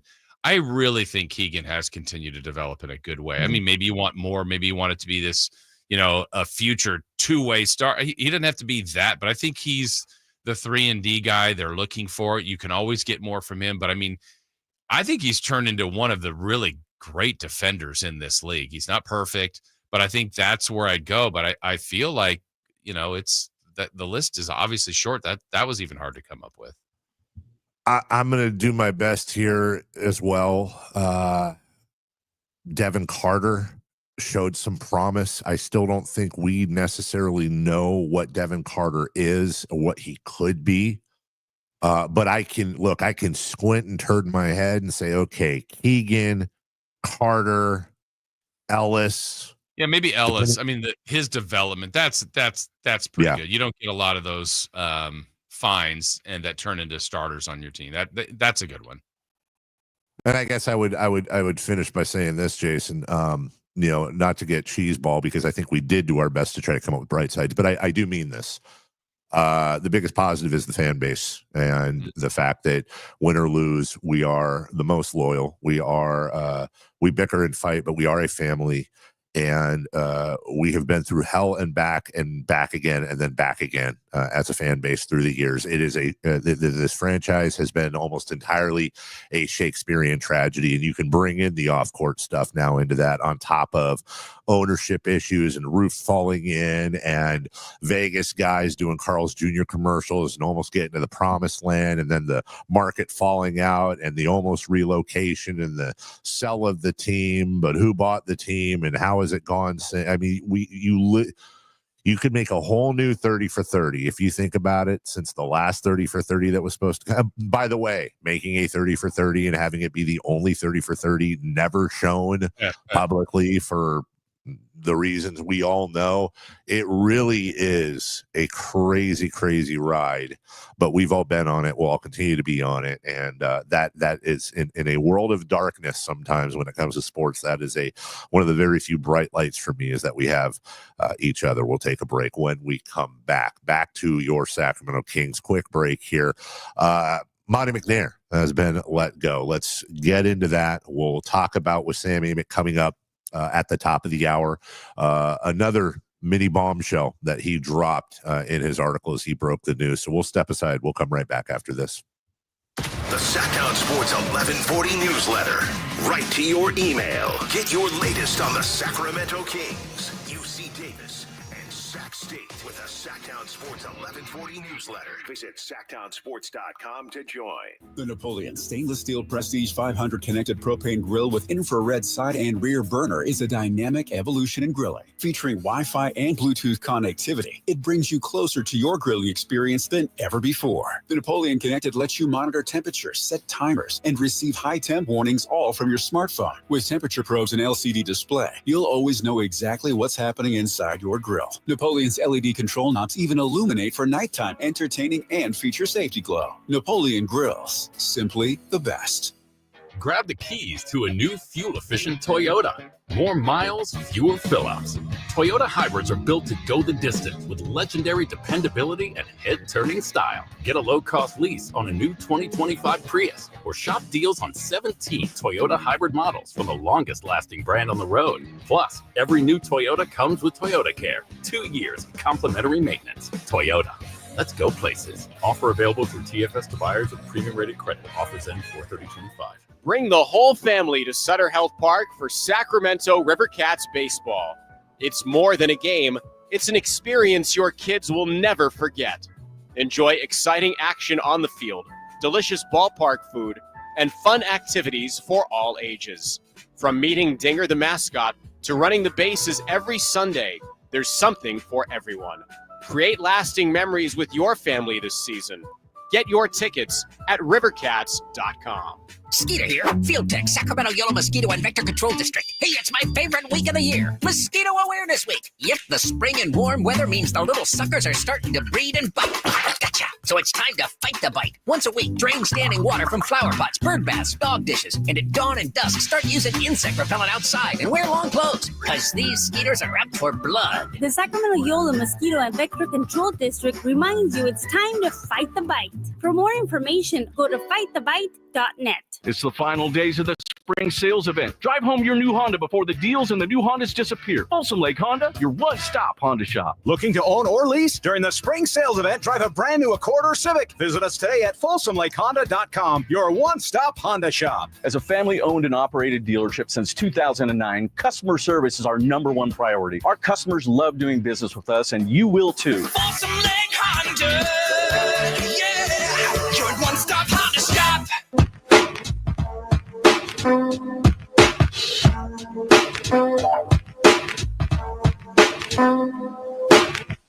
The only place in the morning to get your sports fix. Live and local. The Carmichael Dave Show with Jason Ross. 1-800-920-1140. That's your phone number, and you are welcome to chime in. In fact, encouraged today. Yeah. Normally we don't do a ton of soliciting for phone calls. If you call, and odds are you're JR. But on a day like today, we really do want to hear from you. We can yammer all day long, you and me, Jason, but it's about the fan base. Well, we had a terrific call earlier from Ishmael. I think if anybody missed that, certainly you can go back to any part of our shows and the podcast. But that was as good of a call as we've ever had the first hour. And look, a lot of people here, Dave, like, subscribe, all the different things that we ask you to do here when you're following us, which we do. Thank you. How about Ashley? Ashley's always a regular too, Dave. Ashley checking in this morning. Hello, how are you guys today? Hello. Hi. Swell. Great. I could do better too, but I just wanted your guys' quick thoughts on this. And I know it kind of depends on what happens with Doug and what happens with the Nuggets, but if Doug were to get fired or let go and we were to look for a new coach and David Adelman were to become available, do you think that would be someone that we would look at more so than the Grizzlies coach that was fired? No chance. No. I just thought maybe he was Rick's son, that maybe there would be a connection there, kind of like Doug in a sense where, I mean, he wasn't part of our team, but his dad was. And so I could have seen a possible connection, but thanks for your input. Yeah. Dave, why did you say no chance to that one? Well, first off, Vivek has zero connection to Rick Adelman. Same with Jeff Petrie. Secondly, I don't think they're going to go. By the way, nothing to do with David Adelman and or his abilities. First off, I think he's got a really good chance of sticking with the Nuggets. Secondly, they're going to fill, if they do move coaches, they're going to fill the spot. But it's like them filling their coaching vacancy, Jason, is, and I apologize for the crass comparison here to a real life thing, but it would be like visiting the local grocery store when you know a hurricane is on the way. You're going to go up and down the aisles and you're going to see that the toilet paper's gone, the bottled water is gone, and the Kings are going to be shopping at the coaching general store, and there's going to be a lot of names off the board right away.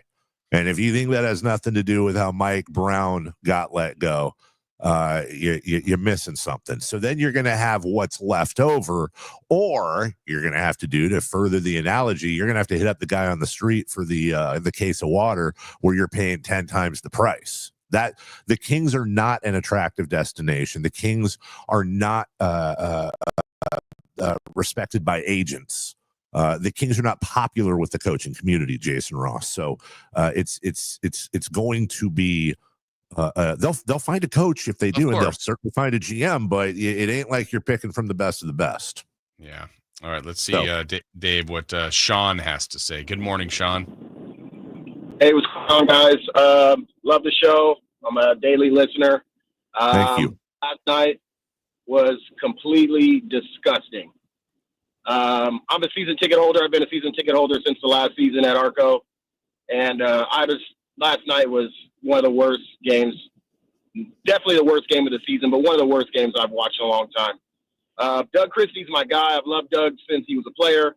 I really thought he was doing a great job as a coach, but last night that team was not prepared to play. They came out, showed no fire, and it was just, they got steamrolled. They got ran out of the gym, and that's not acceptable. As a paying season ticket holder, it's not acceptable. As a casual fan, it's not acceptable. And if you're a player, coach on that team, unacceptable. Vivek, get everybody out, blow it up, start over, and let's just, break it down to the studs and build it back up again. That's all I got. You guys keep doing your thing. You're doing a great job. Definitely doing a better job than the Kings. And have a good day. Appreciate it. Thanks, Sean. Thank you. Fortunately, the bar is low on that one, but we'll take the compliment. 1-800-920-1140. Sam broke the news, Jason. At 10:18 yesterday, he tweeted out that Monty was fired not long after the final buzzer. And it wasn't that news, that wasn't, look, I'll be honest, a lot of talk about Monty having, a couple years left on his deal, that he may very well, they don't want to pay another GM, they're paying Mike Brown and Monty McNair now. I mean, you're talking about the better part of $20 million they're going to be paying for at least the next couple of years between the two of those guys. Not to mention what they're going to pay the new coach or Doug, not to mention what they're going to pay the new GM. Mm-hmm. And when Sam published his article, and again, we'll talk to him in 25 minutes, there was a paragraph in there, Jason Ross, that was so chilling to see in print, but it's also something we have been alluding to here on the program for weeks now, but still seeing it just absolutely makes my blood boil. And I'll quote this. Monty McNair didn't want to fire Mike Brown, according to league sources, which we had heard in the past and Sam had reported on. And there are internal questions about whether he really wanted to sign DeMar DeRozan or trade for Zach LaVine.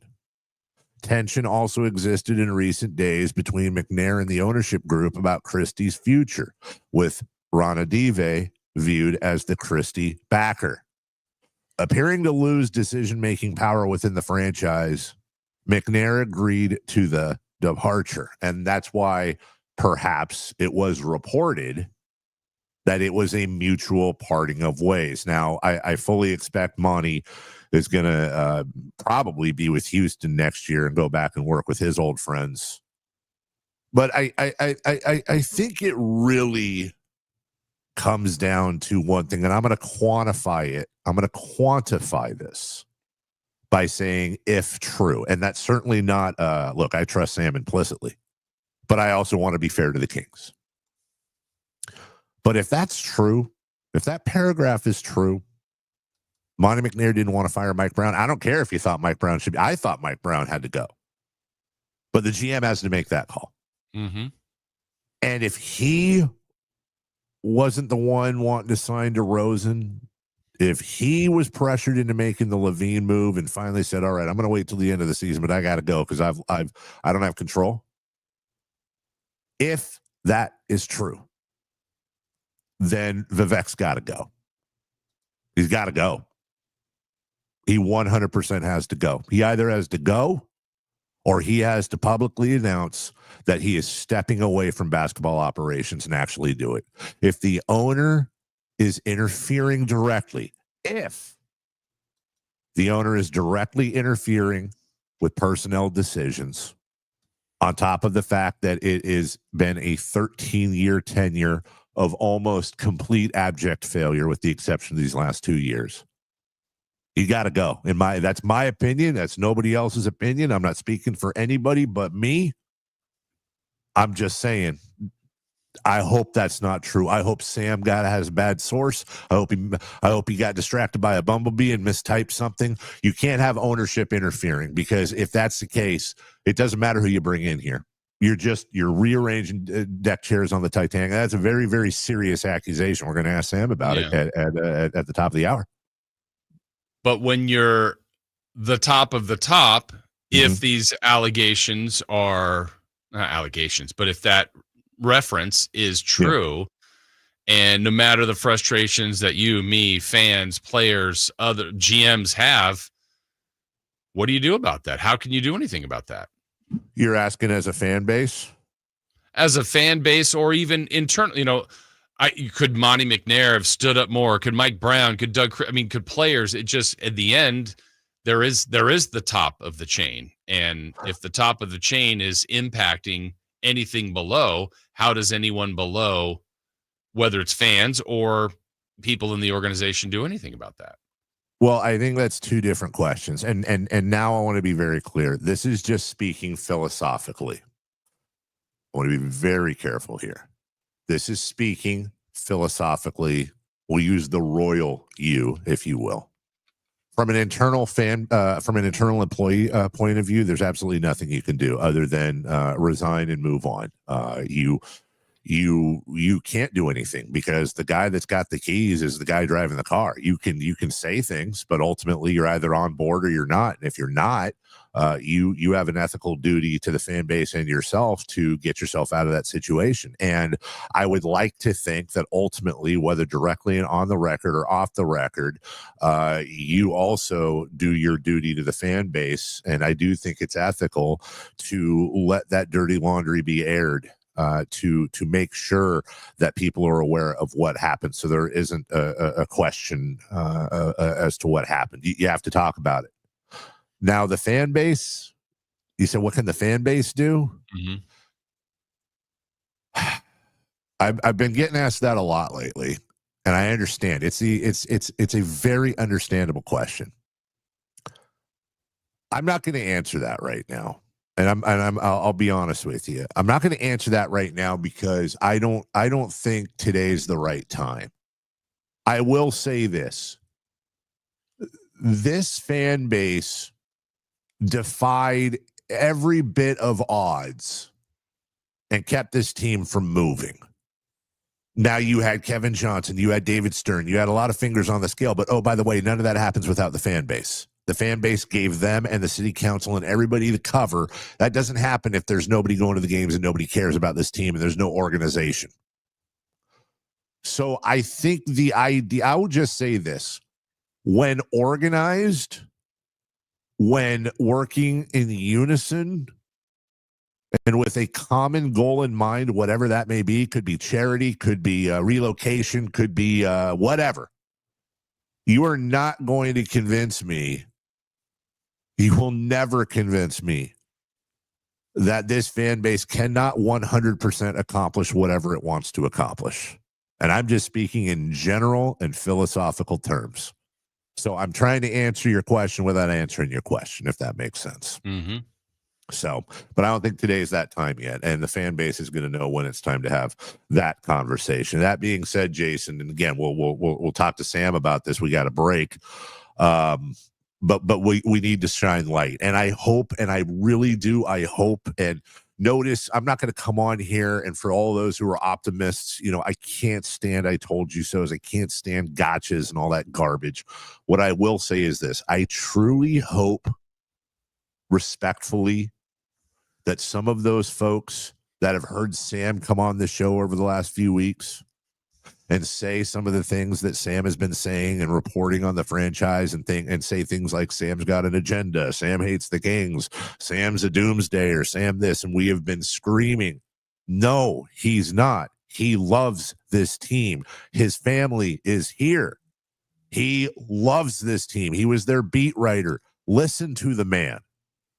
I hope those people give him the respect he's due and listen to him, because he is one of the few, but he is certainly the leader in the media of exposing a lot of these things that really, really need to have some sunlight behind it. So we'll take a break. When we come back, again, Sam at the top of the hour. We'll get to Kings Rewind, the final one of the season. Jason and Chris, if you guys can make us smile based on highlights of last night, good for you. It is the toughest and most challenging Kings Rewind of the season, perhaps ever, but I think they're up to it. No pressure. We'll be right back after this. You never know what you might hear when listening to a Sacramento Kings game. Out of Keegan, going for another triple. Man, is he feeling it. Keegan, can he do it? Yes, there's number 11, Keegan Murray. Keegan steps back. He just knocked down his 12th three-pointer, a Kings franchise record. He's got 45 points. Never miss a moment of Sacramento Kings basketball with Sacktown Sports and the Sacktown Sports app. Finally, an easy way to find home improvement contractors. Just visit subcontractorsunited.com and simplify your search for home services professionals. From cabinets to windows, roofing to plumbing, Subcontractors United is an easy, simple way to find and hire a home improvement contractor. And you never have to give up personal information. So no harassing phone calls like you get from those other websites. Subcontractorsunited.com is sponsored by D&D Cabinets and Savage Design. With 25 award-winning years in Northern California, Ashton & Price is your local injury law firm. Pro attorney tip: if a firm presents as local but they're in LA, red flag. If your first consultation is not with a lawyer, big red flag. At Ashton & Price, your first consult is with a local attorney, and if serious injury prevents travel, a lawyer will come to you.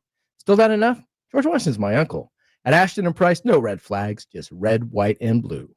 Remember, for the best advice, don't think twice. Call Ashton and Price. How can you free your team from time-consuming office tasks? Amazon Business. Smart business buying tools enable buyers to find and purchase items fast so they can focus on strategy and growth. Free up your team and focus on your future. Learn more at AmazonBusiness.com.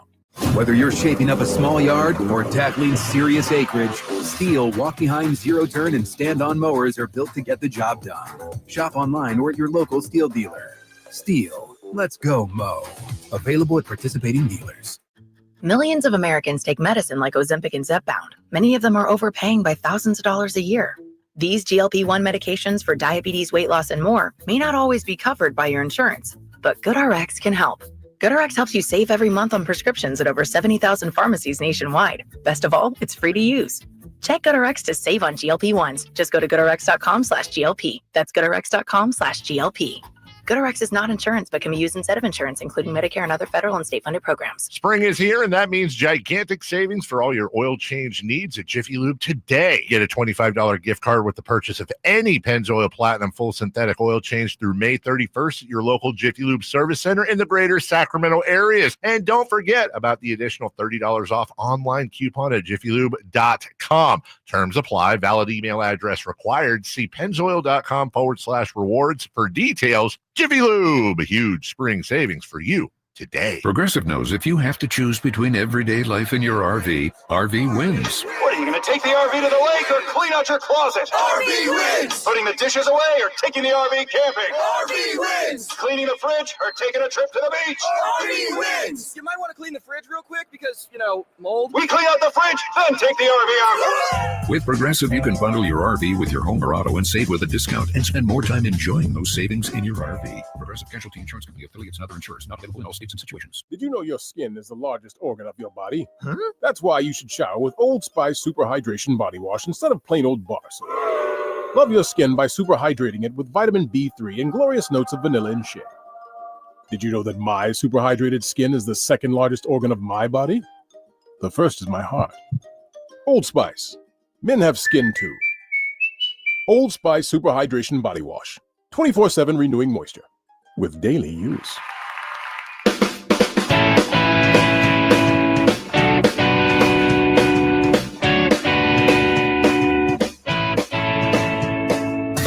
Carmichael Dave. He has very good sources, and he just kind of tells it as it is and gets to the point. Jason Ross. He has a lot of pretty smart things to say. He's good at what he does. On Sacktown Sports. 916-339-1140 is the text line from the 916. Vivek's not going anywhere. Knicks, Suns, Mavs, Brooklyn, Timberwolves, Houston all have owners that are actively involved in personnel decisions. And if you own the team, you'd be involved too, guaranteed. Well, first off, the Knicks, the Mavericks, the Timberwolves, and Houston are all doing better than the Kings. And the Mavericks were in the finals last year, and they're doing the worst of those four teams. Other than Brooklyn's in the middle of a rebuild with Jordi Fernandez, and yeah, the Suns are terrible. If I owned the team, I've said this before, I said it again. Yeah, I would be incredibly involved. I would wake up this morning and I would call Sam Presti, and then I would move down my list of best GMs.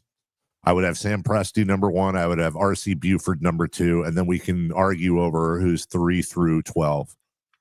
And I would pay based on the fact that I, as part of the ownership group, bought this team for $535 million, and it's now worth probably $5 billion if I sold it. I would not stop at a price. I would pay by far the largest salary ever to a general manager in basketball history to grab the best available GM, bring him here, and say, look, we got to be responsible, but I have no problems with you getting top 10 in payroll. You've got 5 years. Just let me know what we're doing, and I'm out of the way. It's not a complicated blueprint. It really isn't. And that's what I would do if I owned the team, and that's what I think the best owners do. Anyway, Jason? Yes? You ready? I am ready for the challenge. Kings Rewind time. Everybody strap in and we'll figure it out. Kings Rewind right now.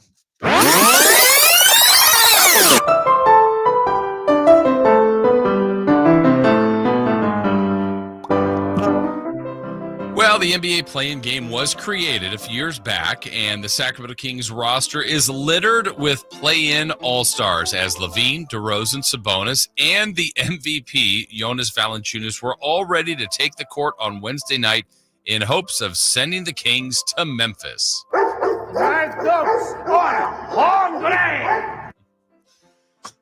The opponent was the Dallas Mavericks, who held off Phoenix to get the 10th seed, but was winless against the Kings this season. All I do is win, no matter what. Tuesday, the home teams prevailed in the 7-8 matchups, and on Wednesday, the streak was broken when the Heat won on the road, beating the Bulls and eliminating them for the third straight year in the play-in. Man, you are one pathetic loser. No offense. Well, the first quarter started well. There was great energy. Oh, hey. No. 916-520-9990. And really, there was no need for a spark because the Mavs and Kings were ready to go and spent most of the first quarter going back and forth. You want some? Come get some. The Kings took a 29-27 two-point lead into the second quarter, holding Anthony Davis to just 4 points, and Klay Thompson was scoreless. We're not that bad. Oh, the second quarter was a much different story. Klay hadn't made a shot until the first attempt of the quarter bounced high off the rim. Nothing can possibly go wrong. Well, and then went back through the net. That seemed to open up the floodgates. Possibly go wrong. That's the first thing that's ever gone wrong. Klay Thompson, he then would erupt for 16 points in the second quarter. That's not good. And Klay had plenty of help as Dallas went for 44 points in the second quarter. That's not good. That's a lot. Yeah, it was a lot, but not a problem if the Kings could come close to matching that total. Well, they didn't, as the Kings scored just 19 and turned the ball over an astonishing 10 times in the second quarter. What the f***? What the f***? What the f*** is this world? What have they done to us? What did they do to us? I actually think that was live audio of me at the game. The Kings were down 23 points at halftime, and it was going to take the largest comeback of the season for the Kings to keep their season alive. Keep it together. Keep it together, keep it together, keep it together, keep it together, keep it together. Well, in an empty first half, the best moment came when the Stockton Kings were brought out onto the court to recognize the G League champions. I want winners. I want people that want to win. That's right, Coach. We like that. The next best ovation came when former Kings Vlade Divac, Peja Stojakovic, Mike Bibby, and Bobby Jackson were all acknowledged on the big screen as they were showing their support for this team. I love you. You gotta do better than that. I love you. And I know what you're all thinking. Maybe they could have suited up. This ain't a fantasy land, kid. This is the real world. That was a terrible phone call. So the third quarter began, and DeMar DeRozan was determined to give it his best to get the Kings back in the game. I'm glad D-Rose came home. Y'all didn't deserve him neither. Yeah, Debo scored 15 in the quarter, and the Kings pulled to within 16 several times, but could never get over that hump. Was it? DeRozan would end with a game-high 33 and collect his 14th 30th point game of the season as a King, but it was not nearly enough. Yeah.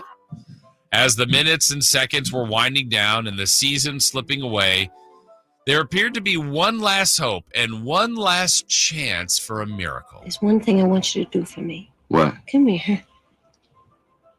What? Win. Oh. Win.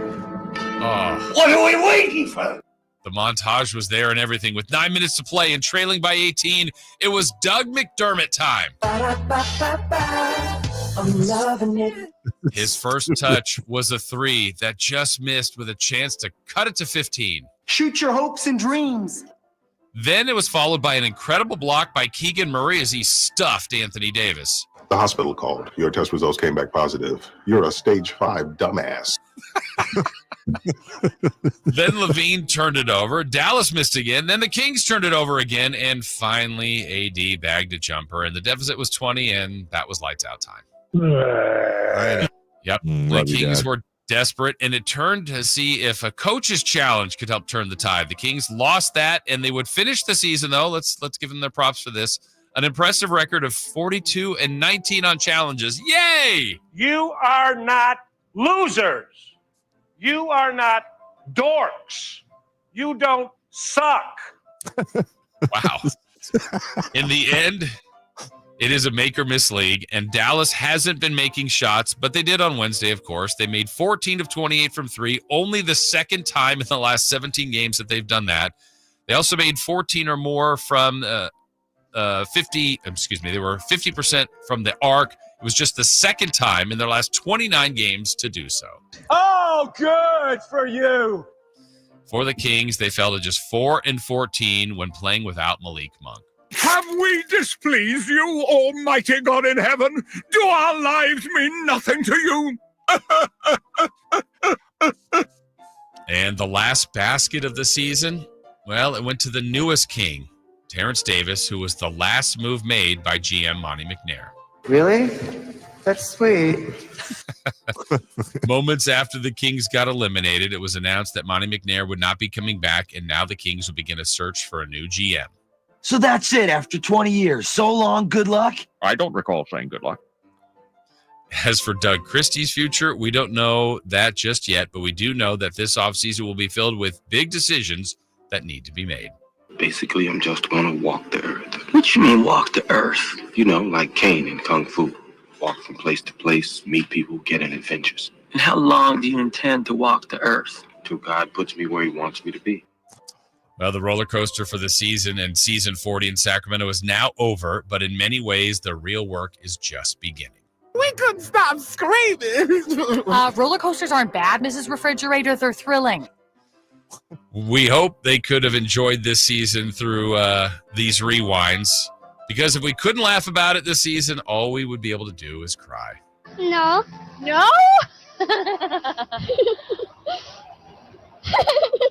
Oh, don't cry. Are you?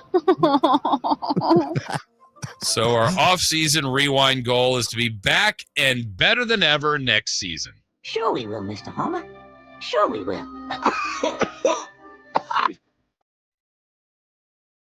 No.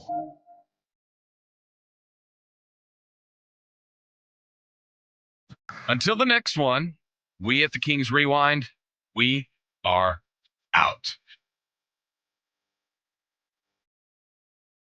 We'll be right back after this. On the move? Got somewhere to be? Take Sacramento Kings basketball with you. The Sacktown Sports app will let you stay connected to your passion. Never miss a moment of Sacramento Kings basketball with the Sacktown Sports app. Some people just know they could save hundreds on car insurance by checking Allstate first. Like you know to check for your wallet first before hitting the drive-thru. $6. Sorry, forgot my wallet. I have change, though. Here's 40 cents, another 40. Ooh, a bicentennial. What's that? Oh, Checking first is smart. So check Allstate first for a quote that could save you hundreds. You're in good hands with Allstate. Savings vary. Subject to terms, conditions, and availability. Allstate Fire and Casualty Insurance Company and Affiliates, Northbrook, Illinois. This is the story of the one who, as a maintenance specialist for a historic high-rise, knows that vintage charm historically needs constant attention. Which is why, when it's time to upgrade turn-of-the-century mechanicals, they turn to Grainger. With easy access to 1 million+ products and the scale to deliver when and where you need them. The right tools and supplies are never far away. So the one can keep that vintage building running like new. Call, click Grainger.com, or just stop by. Grainger, for the ones who get it done. Jason Ross here to tell you about Gonzalez Law right here in downtown Sacramento. He is local, he has been effective, and he has changed many people's lives, and he can help you out as well. Everyone has a past, but what happens if you've made mistakes and made good on that past, but it keeps following you, and you'd like to kind of have your rights back or some of the things that's kept you from doing? Well, he specializes in expungements, does Jonathan Gonzalez. You can call him at 916-304-9187. The website's saclegaldefense.com, but there might be other areas where you feel like you need some assistance, whether it's a sexual harassment case, auto accident case, wrongful termination, criminal defense, and like I said, expungements. He is here to help. He's been effective for many people, and his meticulous case preparation has resulted in life-changing, impactful results for thousands of clients. You can be one as well. 916-304-9187 or saclegaldefense.com. Jack. And I'm Stag. We're just two deer that want to make sure you know it's deer season at your authorized John Deere dealer. The deer season that saves bucks, you know, like us. Yeah, you can get $3,000 off select John Deere machines. No early wake-up calls or tree stands required. Just a trip to your authorized dealer before June 2nd. If you ask us, it's the only deer season worth celebrating.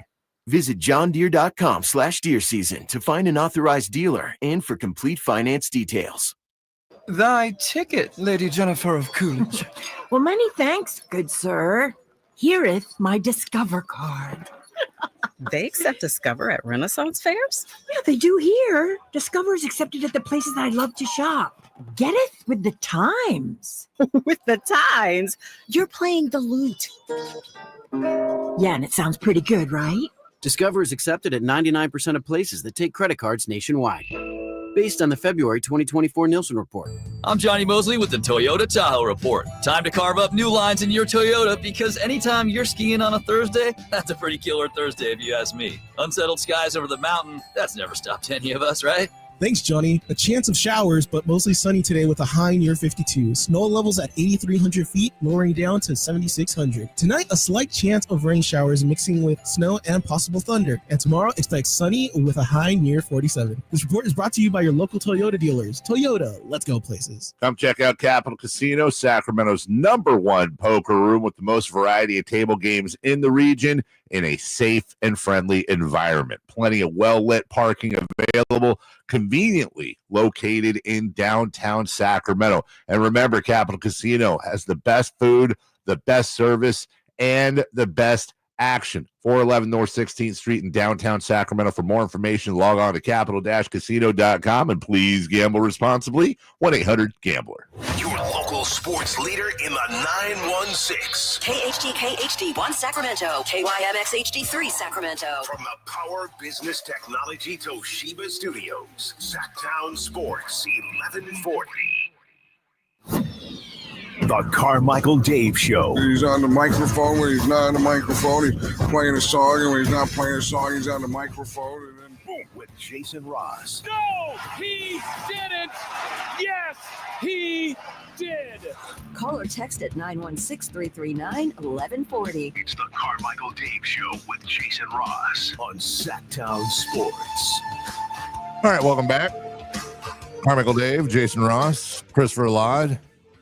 And day one of the offseason, there will be a lot to go over in the coming days. We will, of course, be there for you for all the news now and all the news to come, if you will, and what certainly will be an interesting, to say the least, offseason. Joining us right now at 10:18 yesterday Pacific time, Sam Amick broke the news. He was the first to let everybody know that Kings general manager Monty McNair had been let go, and we have been talking about some other nuggets, not Denver, other nuggets in his article on The Athletic, which I would invite you to join and subscribe if you have not already. Sam, good morning. How are you, sir? Good morning, gentlemen. I'm doing just lovely. Nice to be with you. So, look, I'm not saying give us your source, but just really, would you mind just taking us through the TikTok, if you will, of your thing last night? Because the game had barely ended. Next thing you know, you're tweeting out that Monty's gone. Just as much as you're comfortable with, tell us how that all came together. Yeah, I mean, a terrible night for the team. Obviously, that a game that they felt decent about going in. They get boat raced. The mood is terrible. I'm trying to check in around the building after the game, and I don't know exactly what to share, but I mean was informed that in real time what's happening. Vivek was talking to Monty, and so they wasted no time. I think it was something that was happening either way, but when you add in the vibe of the loss and the ugliness of it all, and I even looked at social media today, and you have Anthony Davis kind of having fun with the fans because they beat him up, right? Like, and so the Mavs, this organization, like, this is what struck me. This organization that has had the worst PR of any team this entire season. Like, there was something wild to see the Kings kind of deliver them like such a blissful moment. You know what I mean? Najee Marshall I saw him talking to fans, and he said, when are they going to light that beam up? He's like, is it going to be blue tonight? So they were having fun at the Kings' expense. And then obviously the off-season activity started very quickly. Sam, as Sam's coming to you from, brought to you by Jiffy Lube, obviously Sam coming his reports from The Athletic. And Sam, maybe it's semantics, maybe it's wording, and maybe it doesn't much matter, but kind of the parting of ways are mutually agreed. Maybe Monty also agreed, like, hey, look, if I haven't had all of the freedoms I would like as a GM, I'm not comfortable going forward. Maybe it was as simple as he has been fired. Is the wording in that mean anything? Or, I mean, obviously he's not the GM anymore, but should we read into any of that as part of the story? Yeah, I mean, listen, I mean, when the GM is one moment, and this is the detail at the end of the story, he's addressing the team and telling guys, hey, we'll get them next year, so to speak. And then he's gone. It's like there's a firing component, but it is the information and the insight going into it was that in terms of Monty's part, there was definitely a sense of like, if you're not going to let me run the team, then I don't know that I want to be here anymore. And that had been the type of conversation that people have been wondering, like, is Monty going to put his foot down or not. And so that to me is the mutual part in it. But I mean, one party clearly decided this thing is over, in pretty dramatic form last night. Sam Amick joining us. Sam, the blurb in your Athletic article that I think really stood out to me and to a lot of people. The following passage, if you will. McNair didn't want to fire Mike Brown, league sources said, and you had reported that a couple weeks ago. And there are internal questions about whether he really wanted to sign DeRozan or trade for Levine. Tension also existed in recent days between McNair and the ownership group about Christie's future, with Ronadive viewed as the Christie backer. Now, I want to drill down on this as much as we can, because I think that is incredible news, if true. And when I say if true, I'm in no way, as I said earlier, disrespecting you or doubting what you're saying. I think, just to be fair to the Kings, I'm putting that out there. And also, you're saying there are internal questions. So how much can you drill down? Because I think there's a difference between there are internal questions and this is what happened. I mean, he didn't want Mike fired. He didn't want Doug to be the coach. He didn't want Doug to continue to be the coach. So we can start there. He's the one who didn't want, I mean, as much as I criticized them, and certainly stand by it, for not having a press conference after all of that. And, my stance had been that Vivek should be the one talking, because my information was that he was the one who made the choice. Monty's the one who did not want to do a press conference. And I remember thinking at the time, like, oh boy, like, there are plenty of executives in the league who will tell you that part of the job is just getting up and talking about the thing that the organization did, even if you weren't necessarily behind it. You know what I mean? And so I had felt like, man, I wonder what the mood is between Vivek and Monty, because it's kind of being exposed for all the world to see that there's not alignment here. So, that's just a little bit more context. The rest of it, like, listen, I talked to Zach last night about his experience in Sacramento and his perspective on his future. And one of the first names out of his mouth was Vivek, because he knows that, Vivek has liked him for a long time, that he obviously greenlighted the restricted free agency offer sheet years ago when Lottie was the GM and Zach was with the Bulls. It's two contracts ago for Zach. But he knows that, like, Zach might still be the best place for him because it's good to be wanted, as he put it, and Vivek wants him. So yes, I strongly believe that played a pivotal part in the way they handled what to prioritize in the Fox trade.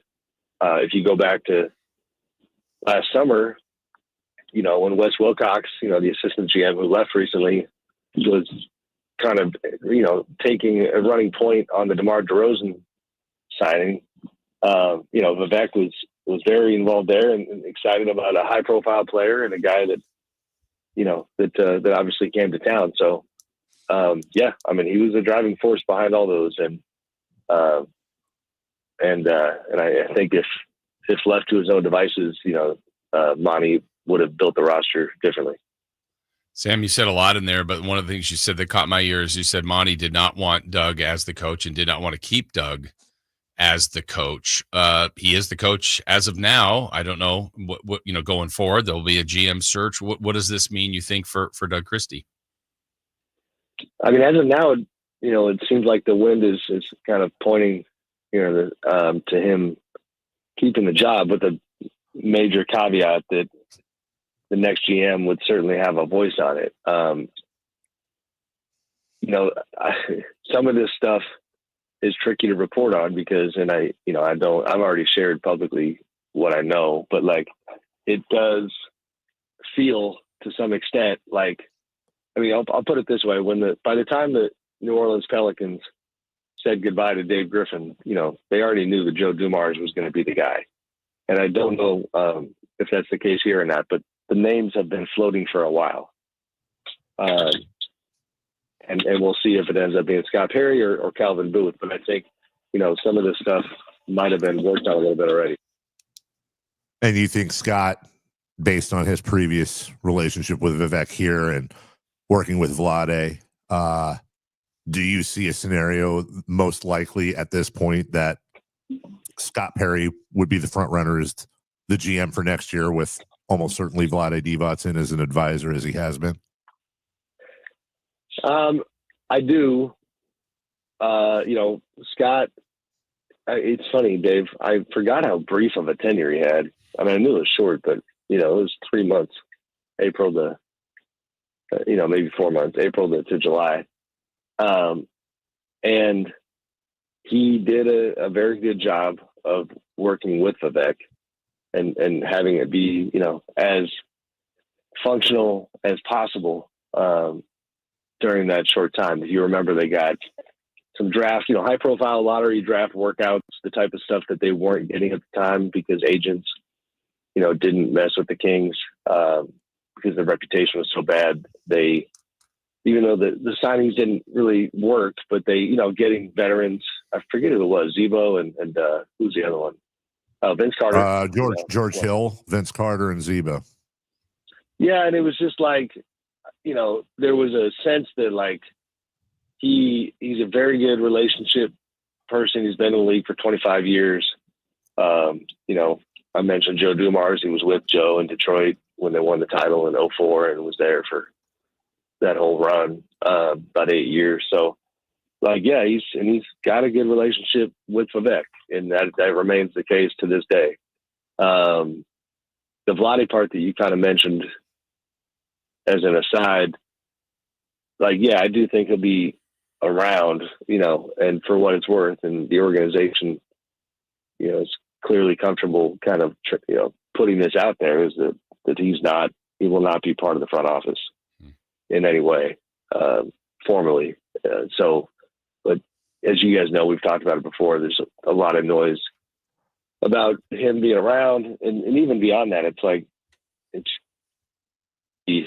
just the whole old Kings thing. I mean, Mike Bibby, a new Sac State coach, was there last night, Tasia and Bobby and the whole gang. So we'll see, how many of them end up being part of this new crew.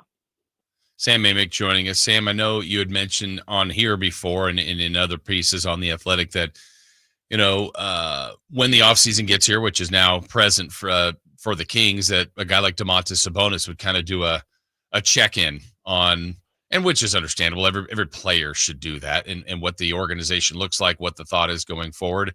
I know DeRozan post-game last night was frustrated, as he should be. The whole group should be. The way it ended, kind of what he agreed to come to what it looks like now. What's your read on kind of what you think Sabonis will hear and what DeRozan is feeling? And just, it looks messy. The game was awful. How they're all kind of approaching what the players feel like with now knowing a new GM will be in place and maybe a new coach. Yeah, I mean, they got, you guys know, exit interviews this morning. I'll probably head up there and check them out. It's, messy is the word. Last night was wild, guys, and you can probably hear, I didn't get a ton of sleep. I'm dragging this morning. And this, to answer your question, Jay, you had the game itself, but then you had the Game of Thrones vibe around the game when it was Rich Paul was in town. I did think it was wild and fitting that he was literally sitting in the seats where Rashae Fox used to sit. That's a hell of a way for this particular season to end.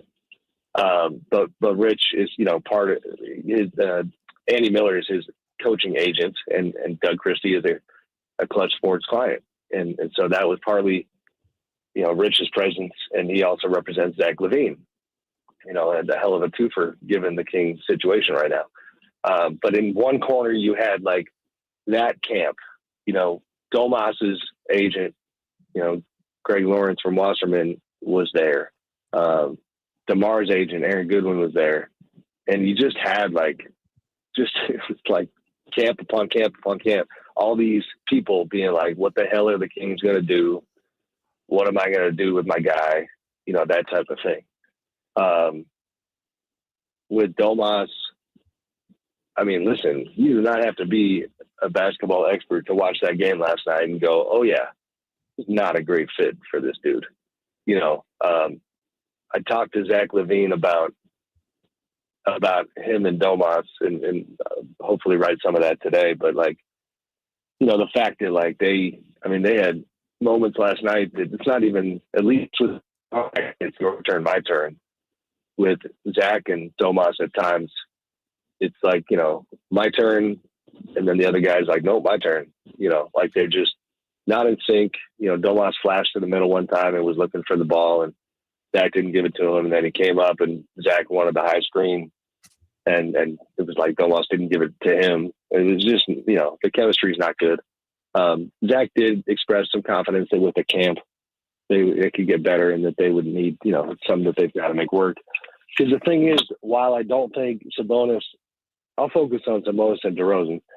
While I don't think either one of them is very happy at the moment, Domas in particular, like, he has a massive contract with multiple years left, and the prospect of saying, hey, I want to trade is not, if he wouldn't to qualify, if he did that, it's just not that easy.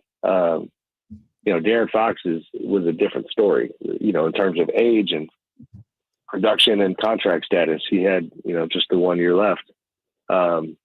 So change wise, we'll see what happens. If I had to handicap it, you know, I feel like the odds are of you know, DeMar being the one who might wind up elsewhere next year. We'll see what happens. And part of that, I imagine, is because Levine's just not only an immovable contract damn near, but because of Vivek's fascination with him. Yeah. I mean, he's extension eligible this summer, and I think that, you know, I think there will be a conversation. And yeah, I mean, they, for like it or not, like, they prioritized him in the Fox trade. And so, yeah, I do see him differently. So just to recap, Mike Brown fired, Monty McNair fired, the most tradable asset on the team traded for an immovable contract that may very well get that contract extended. DeMar DeRozan, odds are gone. Domantas Sabonis not happy. And almost certainly, barring a miracle, no first-round pick. A former assistant GM, the favorite to take over a guy whose contract wasn't renewed 2 years ago with the New York Knicks. No disrespect, just a fact. And that GM is going to know that the owner would very much like the current head coach to remain, even though generally GMs hire their own coaches. Have I said anything that's inaccurate or you'd like to push back on? No, I mean, you know, Scott, I guess the only thing I will, you know, qualify on Scott is that, not even trying to be glib, but he has like it last, you know, 5, 6, 7 years, he got a master's degree in dealing with tricky owners, because he is somebody who is given credit for dealing with James Dolan in New York and doing a nice job with it. And while they didn't renew him and they pivoted to Leon Rose, I will also say that he's somebody who, this always struck me, that, like, you know, the Knicks have I don't want to get in the weeds too much, but a big front office group where, you know, it's Leon Rose and Worldwide West and, you know, a bunch of guys. Frank Zanon is out there. And those guys still swear by Scott, which is not the norm. So usually there's just inevitably some bad blood or, you know, and that wasn't the case. Scott was just somebody who, yeah, they didn't renew him. And they, you know, Leon, who was a prominent CAA agent that James Dolan decided to hire, took over. But, you know, Scott's had a very good career. So I guess I'm just taking a moment to be positive on Scott. But the rest of it, like, Dave, I actually meant to mention it, like the tweet you put out last night, I think it was, where you laid out all the different moves in a similar fashion that you just did right now. Like, the one word I would push back on with you is, like, you know, that you said goodbye to the GM who you entrusted to do all these things. And obviously, as we've kind of detailed, like, there wasn't much entrusting happening. That's fair. So, that's fair, and that's even scarier. That's fair. Yeah. That's 100% fair, Sam. And your article came out after that tweet, and I couldn't agree with you more. And Jason, that to me, that's worse than losing yesterday. That's worse. That is the single worst, scariest hair standing up on my arm thing I've heard. Yeah, and I guess I would follow on that, Sam, with kind of to piggyback off that. I know we're back to it's one job of 30, but as your candidates, you're reporting on Calvin Booth, Scott Perry, and if there becomes a larger list, who knows? But they would have to know that previous GMs maybe have felt that they haven't been able to have the say. And besides it being the one of 30, why would the job be desirable? I mean, you know, I guess you could make an argument for, like, a good example, as messy as it was, you know, and I think Monty likely goes to one of his kind of, you know, familiar spots in Houston or Philly, because Daryl Morey, previously at the Rockets, is in Philly now. But, like, Monty is going to be able to leave town and say, you know, I was the first executive in 20 years to get this organization to the playoffs, and, like, take, you know, draw the good out of it without having the stink stick to him, for the most part, I think. Now, I don't think it was great for Monty that, like, the way that they functioned and just around the league, people knew that you know, the West was handling a lot of stuff as if he was a GM at times. So, but that's a little more specific. I guess the argument would be that if you come in and succeed in this environment, you know, in any way, you're going to get a lot of credit. And then if you made mistakes, which certainly I think Monty would need to admit, you know, there were mistakes made on his part as well, but, like, a lot of those will probably get forgotten because of the reputation and the history of the organization. Last thing for you, Sam, and I don't blame you if you don't, and it's a long off season. Do you have any, have you checked in with any of the minority ownership and their feelings currently right now and how things are going? That's a question.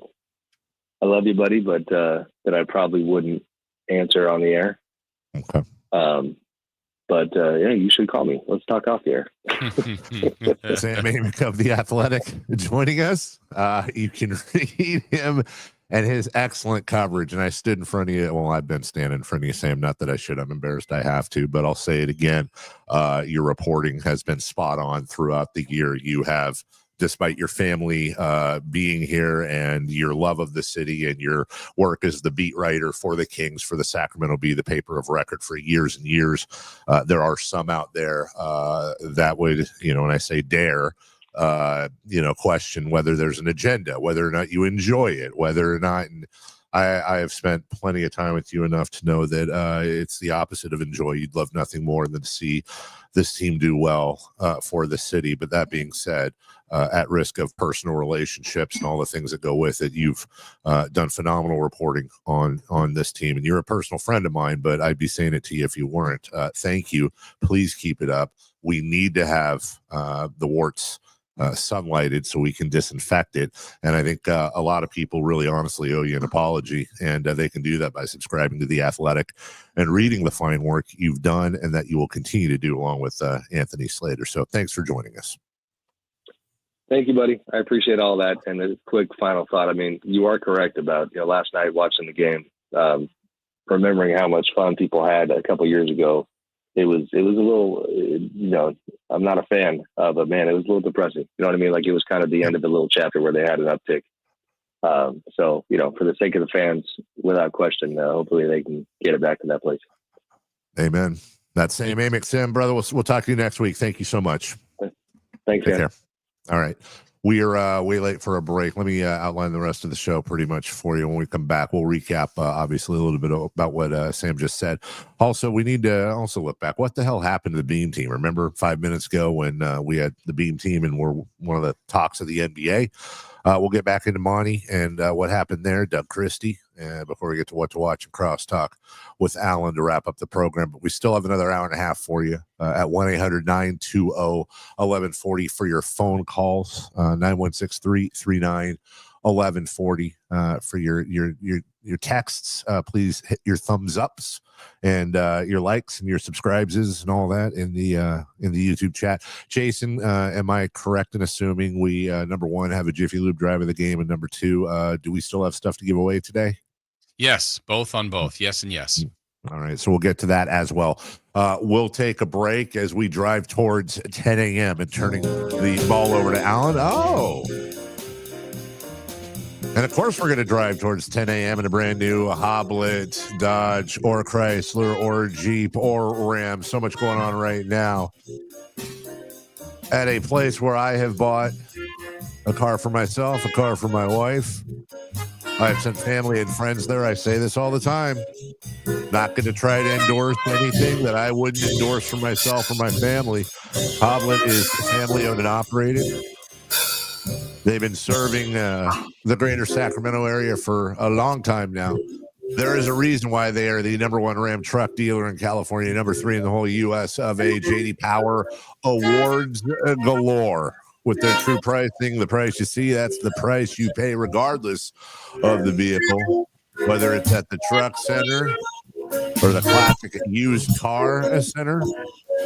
Search Less and Save at hobletdodge.com and tell them your good buddy Carmichael Dave sent you. We'll take a break. When we return, your phone calls at 1-800-920-1140, the Jiffy Lube drive of the game. We got giveaways, or I like to say bribes for you. What the hell happened to the Beam team? Plus, we'll recap what Sam said. We're very busy. We'll be right back after this. On the move? Got somewhere to be? Take Sacramento Kings basketball with you. The Sacktown Sports app will let you stay connected to your passion. Never miss a moment of Sacramento Kings basketball with the Sacktown Sports app. At Fisher Investments, we may seem like other money managers, but we're different. What makes you so different than the rest of us? We ensure clients receive unparalleled service at every step of the relationship. Tell me more. Our investment counselors focus on service over sales, prioritizing clients' needs. How do you make money? We don't sell any commission-based products. We have a simple management fee based on the value of our client's portfolio. So we do better when our clients do better. What about client portfolios? We get to know each client, their finances, family, health, lifestyle, and more, and then we tailor a portfolio based on their specific goals and needs. Your clients really come first then, huh? Yes, we make them a top priority. Our goal is helping them achieve a comfortable retirement. Wow, maybe we are different. At Fisher Investments, we're clearly different. Learn more at FisherInvestments.com. Investing in securities involves the risk of loss. You never know what you might hear when listening to a Sacramento Kings game. Out of Keegan, going for another triple. Man, is he feeling it. Keegan, can he do it? Yes, there's number 11, Keegan Murray. Keegan steps back. He just knocked down his 12th three-pointer, a Kings franchise record. He's got 45 points. Never miss a moment of Sacramento Kings basketball with Sacktown Sports and the Sacktown Sports app. The PGA club fitters at the Hagen Oaks Player Performance Studio know that golf should be fun. They also know that players of all abilities will hit the ball farther and straighter, play better golf, shoot lower scores, and have more fun if they get fitted before they purchase golf clubs. Hagen Oaks delivers the same technology and major brands used to fit PGA and LPGA professionals. See how the game can be even more fun. Hagen Oaks Player Performance Studio fittings are available 7 days a week. Make yours today by calling 916-808-2531. That's 808-2531. And now a brief history of the garage door. Garage doors could date back to 450 BC when chariots were stored in gatehouses. Here in the States, they became a thing around the start of the 20th century. You could find a float-over door in a catalog way back in 1906. National Garage Door has been around since 1974. They're family-owned and operated, so you can trust them to solve any garage door issues you may have. Squeaky door, malfunctioning door, or a need for a new door, which is what prompted us to give them a call, 916-638-4554. At National Garage Door Service is their number one priority. I've witnessed that commitment in my own home, certainly in our garage. National Garage Door sells quality Rainer branded garage doors. They are the nation's BSE broken spring experts. So if you have a garage door that looks and sounds like it dates back to 450 BC, National Garage Door can help. Whether it's a garage door tune-up, repair, or replacement you need, they'll take care of you at National Garage Door. 916-638-4554. That's 916-638-4554. National Garage Door. Your old HVAC system could be costing you a fortune in energy bills and repair bills. Right now, Sierra Pacific is offering deep discounts, saving homeowners thousands of dollars. Savings that won't be available later this year. But you must act fast. We have to fill openings in our schedule next week. This limited time offer is only available if you book your installation for next week. Don't wait until it's too late. Call Sierra Pacific and lock in your savings today. Sierra Pacific Solar Heating and Air, the guys in the big red trucks. Sacramento, get ready. The Sacktown Sports Live events calendar is packed with epic shows you won't want to miss. Classic rock bands, America takes the stage at Hard Rock Live Sacramento on May 9th. Then hip-hop legend LL Cool J brings the beats to Thunder Valley on May 10th. The Outlaw Music Festival rolls into Toyota Amphitheater on May 18th. And punk pioneers The Dam hit Ace of Spades on May 31st. June heats up with JJ Gray and Mofro at Ace of Spades on June 10th. Plus, country superstars Lee Brice and Walker Hayes at Ironstone Amphitheater on June 21st. Then, it's 3 days of country fun at the Country Summer Music Festival at Sonoma County Fairgrounds on June 27th through the 29th. Get your boots ready for the Folsom Pro Rodeo July 3rd through 5th. Then, catch Cody Johnson at Golden One Center on July 18th and Parker McCollum at Ironstone Amphitheater on August 16th. Mark your calendars, grab your tickets, and don't miss out. Find all the details at sacktownsports.com. The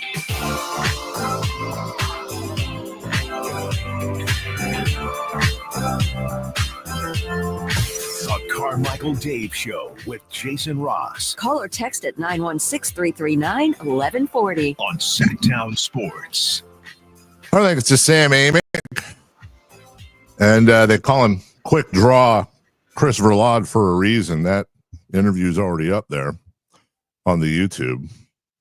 So, hey, like and subscribe and listen to it. It certainly isn't something you want to listen to as a, something to go to bed at night, like a sleepy night time type of interview. But Jason, it's a lot of what Sam said in the article he published last night. And look, I want to be, it's a weird spot. I want to be fair and respectful to the Sacramento Kings organization, just like last time when Sam said, a lot of the other things like Monty didn't want to fire Mike and some of the other stuff. I want to be fair in the sense that they should have an opportunity to deny it or to say it's wrong or whatever. But if it's not, that is an incredible, though not surprising at all, right? But an incredible revelation, and that to me extinguishes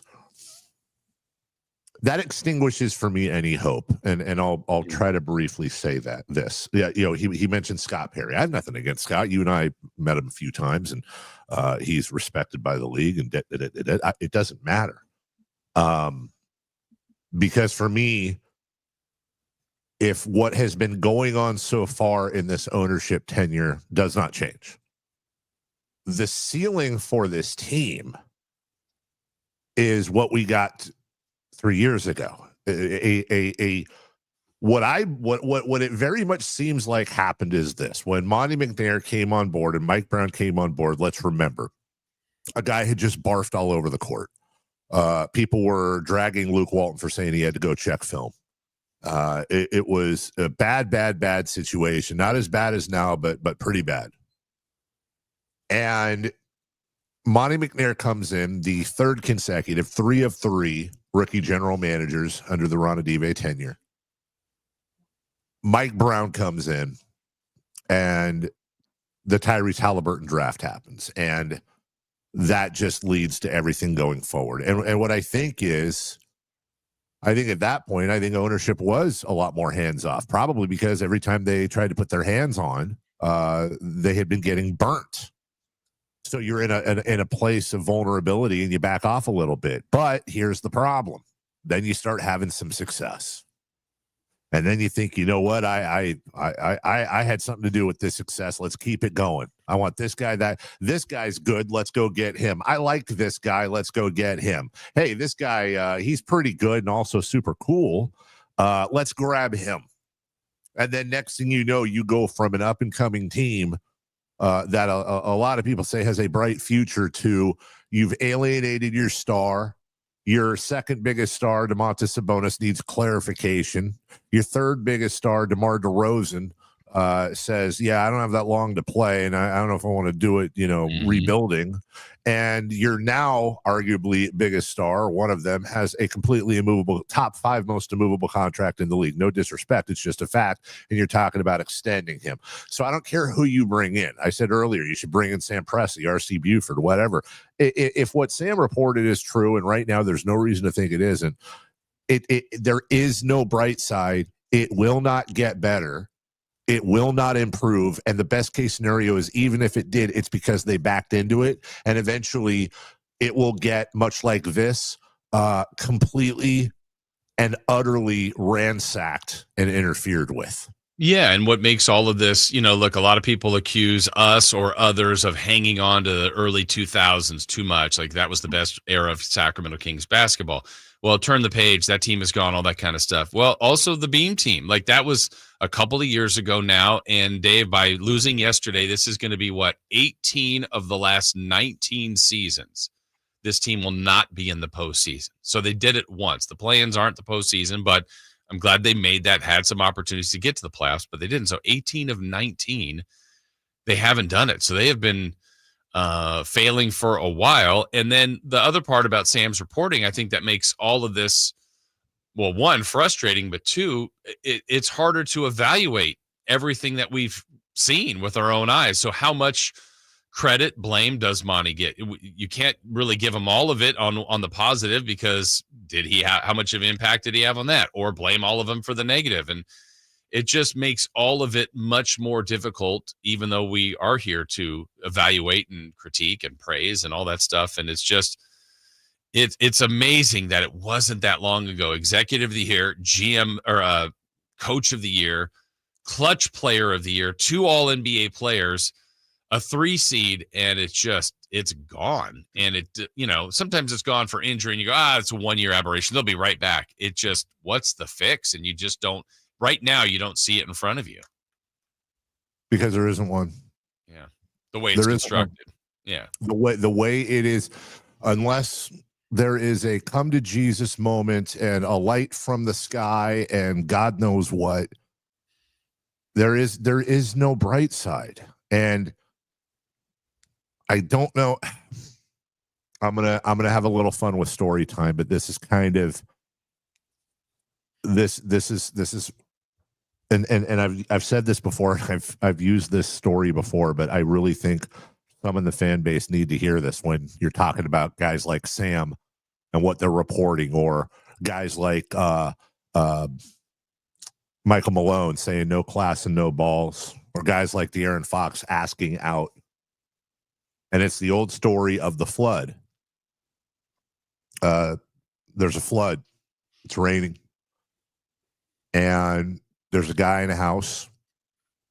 Police come to his door, knock on the door. Sir, we're evacuating the area. There's a flood coming. Come with us. And the guy says, I'm a religious man. I pray. I go to church every Sunday. God will take care of me. Hour later, guy's on the second floor of his house. Boat drives by. Sir, we're evacuating. Come with us. Thanks, guys. Listen, I'm a religious man. I pray. I go to church every Sunday. God will take care of me. Hour later, guy's on the roof. Helicopter, ladder. Sir, you need to come with us. This is your last warning. Thanks, guys. I'm taken care of. I pray. I believe my Lord and Savior will take care of me. Guy dies, goes to heaven, demands an audience with God. Goes to God and says, I don't understand. I pray. I go to church. You let me die. What gives? And God says, I sent you a cop. I sent you a boat. I sent you a helicopter. What the hell are you doing here? That's where we're at. Mike Malone is the boat. De'Aaron Fox is the helicopter. Monty McNair is the cop driving by. How many signs do we need as a fan base? How many outside media members and ex-players and anecdotes do we need before some in our fan base say, uh-oh, they're not ripping our city. They're not ripping us as fans. They're not ripping the Kings. They're trying to tell us, they're trying to sound the alarm that you are all lining up and paying for the opportunity to ride a roller coaster that continually is crashing into a wall of cement. And at some point, you're either going to wake up and say enough, or you are going to keep repeating the same process over and over again. You're not good enough to contend. You're not bad enough to win the lottery and reset, but you'll be right back there waiting for another ride and then wondering why you have been forsaken, why we have been forsaken, why God hates Sacramento. The truth of the matter is, God doesn't hate Sacramento. It's just at some point we need to open our eyes and take control of the situation because it keeps happening over and over and over again. We'll take a break. And I'm just tired of it. And I know you are too. And you deserve better. My kids, your kids deserve better. Our grandkids deserve better. When Vivek Ranadive bought this team, he got on the floor and the first words out of his mouth were, "This is your team." Is it? Because to me right now, it looks like somebody's play toy.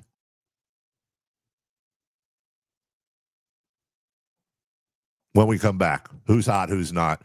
We'll recap 3 of the key and do other crap. We'll be right back after this. You never know what you might hear when listening to a Sacramento Kings game. Out of Keegan, going for another triple. Man, is he feeling it. Keegan, can he do it? Yes, there's number 11, Keegan Murray. Keegan steps back. He just knocked down his 12th three-pointer, a Kings franchise record. He's got 45 points. Never miss a moment of Sacramento Kings basketball with Sacktown Sports and the Sacktown Sports app. I'm Johnny Mosley with the Toyota Tahoe Report. Time to carve up new lines in your Toyota because anytime you're skiing on a Thursday, that's a pretty killer Thursday if you ask me. Unsettled skies over the mountain, that's never stopped any of us, right?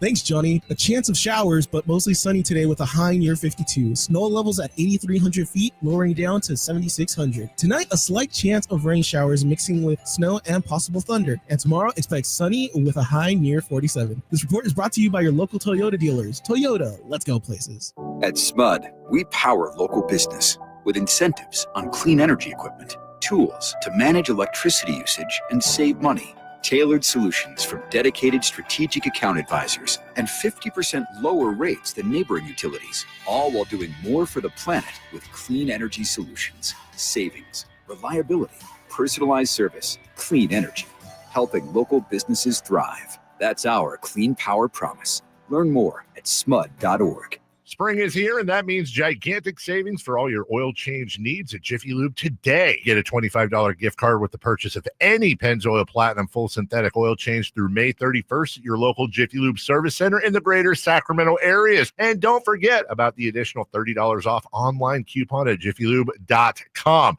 Terms apply. Valid email address required. See pennzoil.com/rewards for details. Jiffy Lube, huge spring savings for you today. Finally, an easy way to find home improvement contractors. Just visit subcontractorsunited.com and simplify your search for home services professionals. From cabinets to windows, roofing to plumbing, Subcontractors United is an easy, simple way to find and hire a home improvement contractor. And you never have to give up personal information. So no harassing phone calls like you get from those other websites.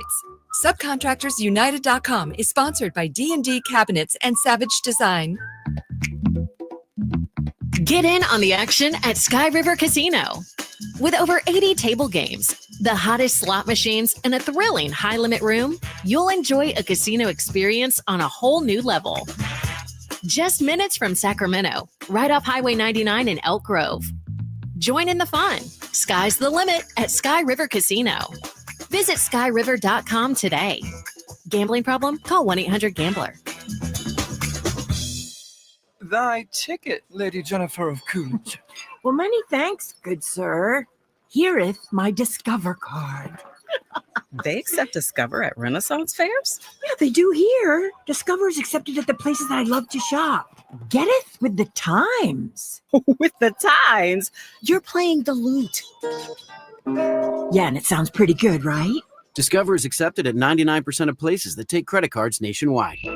Based on the February 2024 Nielsen report. Progressive knows if you have to choose between everyday life and your boat, boat wins. What are you going to do? Take the boat out for a spin or go mail something? Boat wins! Are we cleaning the patio or taking the boat out fishing? Boat wins! Are we skipping that eye exam to go sailing? Boat wins! Rescheduling eye exams can be a nightmare. All right, fine. Eye exam, then boat. Yeah! With Progressive, you can bundle your boat with your home or auto and save with a discount and spend more time enjoying those savings on your boat. Progressive Casualty Insurance Company, affiliates, and other insurers. Not available in all states and situations. Want the best movie experience in town? Join Sacktown Sports IMAX Pass by visiting sacktownsports.com. Sign up today. You can win tickets to see this week's films at the Esquire IMAX Theater. What's hot and what's not? Brought to you by American Energy Heat and Air, making the uncomfortable comfortable. Head to AmericanEnergyAir.com to find out more. What's hot? Yeah, hot. Real hot. And what's not? It's not good. Brought to you by American Energy Heating and Air, Sacramento's complete heating and cooling company, and second opinion partner. Vivek Ranadive and the Sacramento Kings have released a statement. Quote, I want to sincerely thank Monty McNair for his leadership and the invaluable contributions he made during his time in Sacramento. He helped build a strong foundation for continued success here. We wish him and his family all the best in their future endeavors. I'm not going to tear that apart. That's a standard statement for letting somebody go. There's nothing there. Chris, who is hot? Klay Thompson. Oh, God, really? You just got to make it worse, don't you? Cool, great, wonderful. And last night's Mavs 120-106 Kings win, or Mavericks win. He was 8 of 11 from the field, 5 of 7 from 3 for 23 points. Great. Good job, Klay. Job, Klay. Who's not hot? Dodgers and Rockies pitching. Okay. Yesterday, the starting pitchers in the game pitched only 3 2/3 inning, gave up 14 hits, 13 earned runs, and 4 home runs. No other MLB game has seen the starters allow at least that many hits, earned runs, and homers while pitching so few innings since earned runs became an official stat in both leagues in 1913. That's not good. You know who else is not hot? The Kings. Yeah. They're not hot, Jason. No, it was brutal. Everything about last night was brutal. I mean, it's just really, really bad. Can I say 2 out of 10 would not revisit? I didn't. Would you ask about the 2? Why they would revisit? Yeah, I don't know. Maybe the popcorn. What was it? Was there a good halftime show? Oh, in there. Do you remember what it was? It was like a balancing act, a man and a woman. I don't even know what they were doing. Oh, okay. Well, balancing. Sure, they acts are scored always on the Kings. Let's see how we did scoring last night's and the final of the season, 3 in the key. Sacramento Kings, they played a play-in game last night against the Mavericks, and they lost because God hates Sacramento, and I just want to punch myself in the crotch. Back to you. 2 out of 10. I don't know. That ending really sold it for me. Okay. Thank you. That's why I went 2 out of 10. Yeah. Oh, yeah. 2 balls, 1 strike. Go ahead. We asked for the Kings' leading scorer. Davey said it would be Zach LaVine with 37. I said DeRozan with 27. Chris said LaVine with 32. The correct answer was DeMar DeRozan with 33 points. Right. We asked for Anthony Davis rebounds and Sabonis rebounds. Davey said it'd be 11 for AD, 16 for Domas. I said it'd be 13 for AD, with 16 for Domas. Chris said 12 for AD, 20 for Domas. Well, the Monte Sabonis did have more rebounds. He had 13. Anthony Davis had 9. I think we all did just okay. And then the random stat. Let's see how we did there. Dave, you said Keegan would have 4 or more 3-pointers in the game. Keegan Murray was 2 of 6. He hit one early. I got excited. Yes. He hit the first 3 of the game. Put the Kings up 3-2.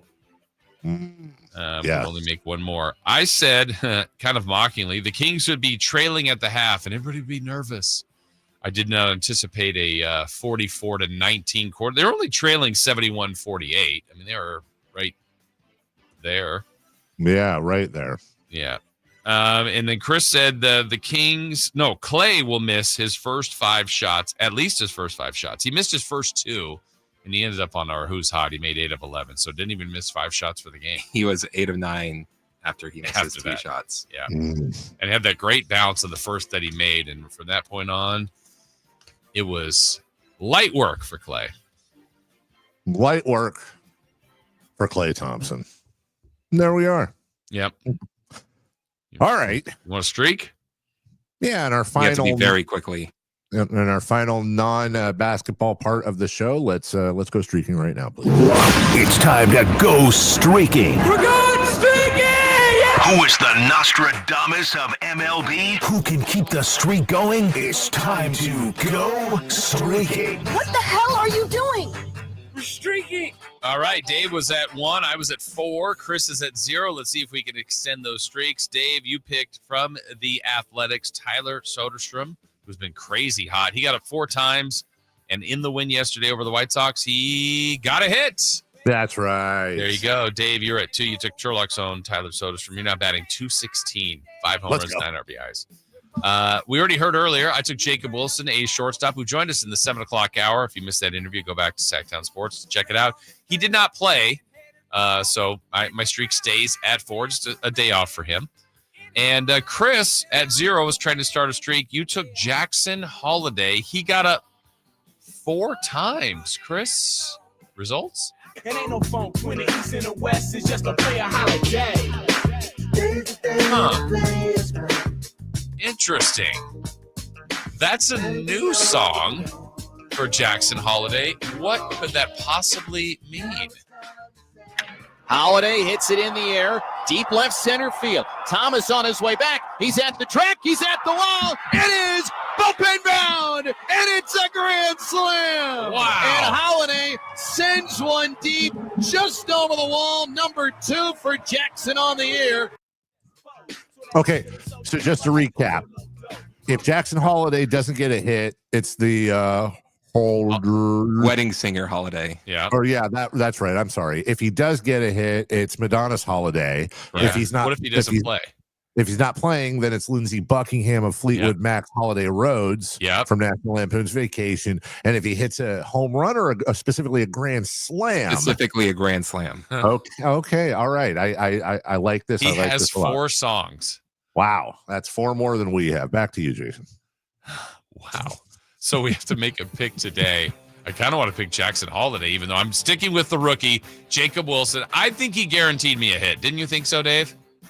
I did, and you know what, Jason, I'm going to hold hands and Thelma Louise it with you, because I think anytime we have a player on the radio, I think that's the player we should be picking that day. So I too will be going Jacob Wilson. Yeah. Chris, we going 3 for 3? It's up to you. No, I'm taking Aaron Judge. All right. Okay. Shocking. Didn't see that coming at all. We'll take a quick break. When we come back, let's get into the final hour of the program. We'll evaluate Monty McNair's tenure as GM, who will be next, and what the hell is going on. Before we get to Doug Christie and more, it's Dave, Jason, and Chris on the first day of the offseason right here on Sacktown Sports. The only place you'll find Malik Monk is Sacktown Sports. Oh my, what an athletic move that time by Malik Monk. Hey Sacramento, it's Malik Monk and you're listening to the home of the Sacramento Kings, Sacktown Sports. Your local sports leader. Get in the zone, auto zone. Annie's first oil change wasn't as hard as she thought, because she went to AutoZone, where a friendly AutoZoner helped her find the right oil and save on an oil filter. He explained the job and showed her free how-tos on AutoZone.com. When she was done, AutoZone recycled her old oil for free. No hassles, just help. Everything you need, nothing you don't. Get in the zone, AutoZone. Restrictions apply. Grab the keys to a new Toyota. It's time to take on the great outdoors with a truck built for adventure. Get a low-cost lease on a legendary 2024 Tacoma, or get low financing or an incredible $3,000 cash back on a rugged 2025 Tundra. Plus, the all-new 2025 4Runner has arrived. Toyota, let's go places. Offers available through TFS to buyers with premium-ready credit. Cashback available through TMNA and cannot be combined with other offers. That's 4/30/25. Mike Rowe here with a quick question. Have you noticed cracks in your drywall, chimney, or exterior walls? I hope not, because if you have, they could be indications that you've got a much bigger problem with your foundation. That's where Groundworks comes in. They can honestly assess your situation and create a plan to stabilize your foundation. Schedule your free inspection at groundworks.com/row. And while you're there, check out my latest dirty job.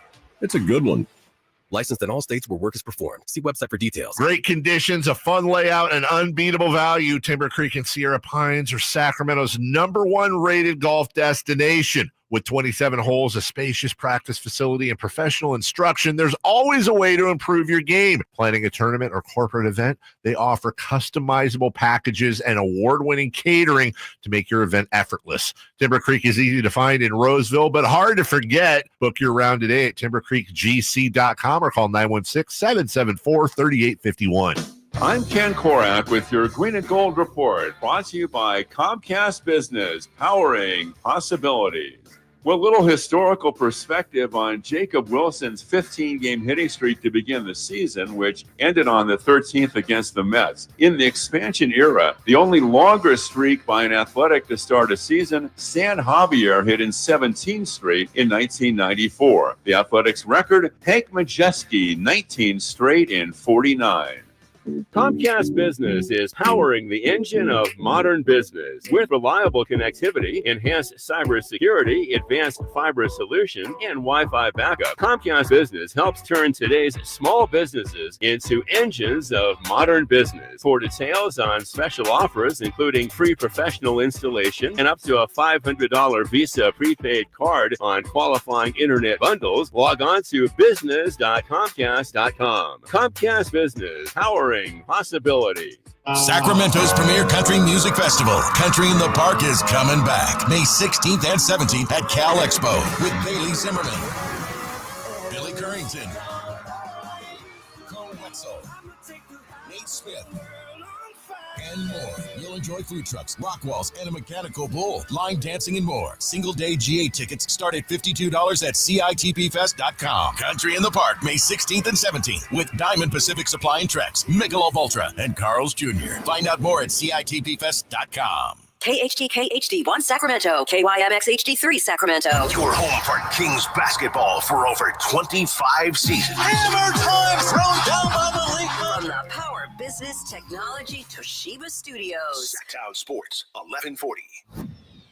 The Carmichael Dave Show. He's on the microphone when he's not on the microphone. He's playing a song, and when he's not playing a song, he's on the microphone, and then boom. With Jason Ross. No, he didn't. Yes, he did. Call or text at 916-339-1140. It's the Carmichael Dave Show with Jason Ross on Sacktown Sports.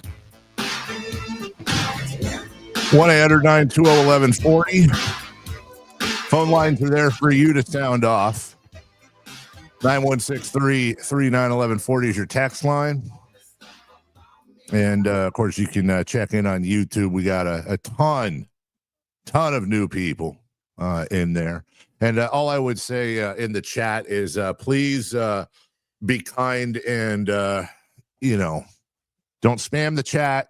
Let's cool it on the whole. I told you this was going to happen. Guys, let's just talk about it. Nobody likes a look at me, Louie. But just be kind to each other and don't freak out and stop spazzing and being a dweeb.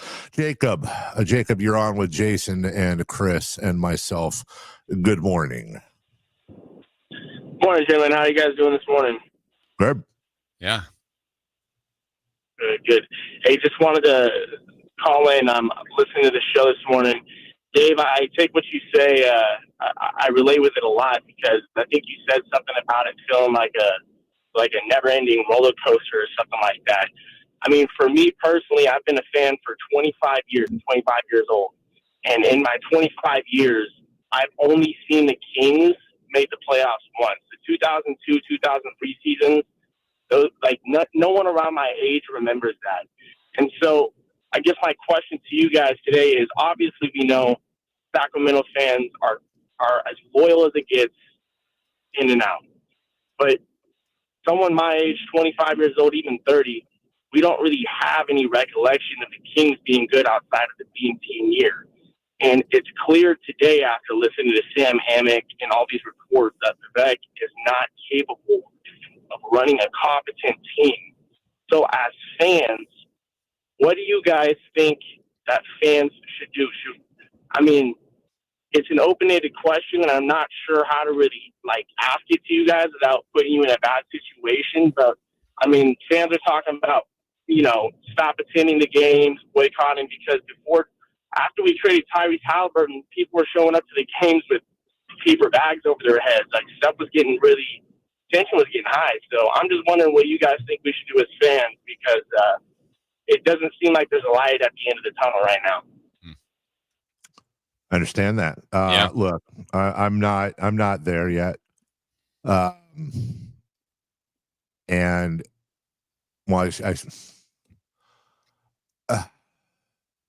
I'm really torn right now. Look, I'm just going to be straight up.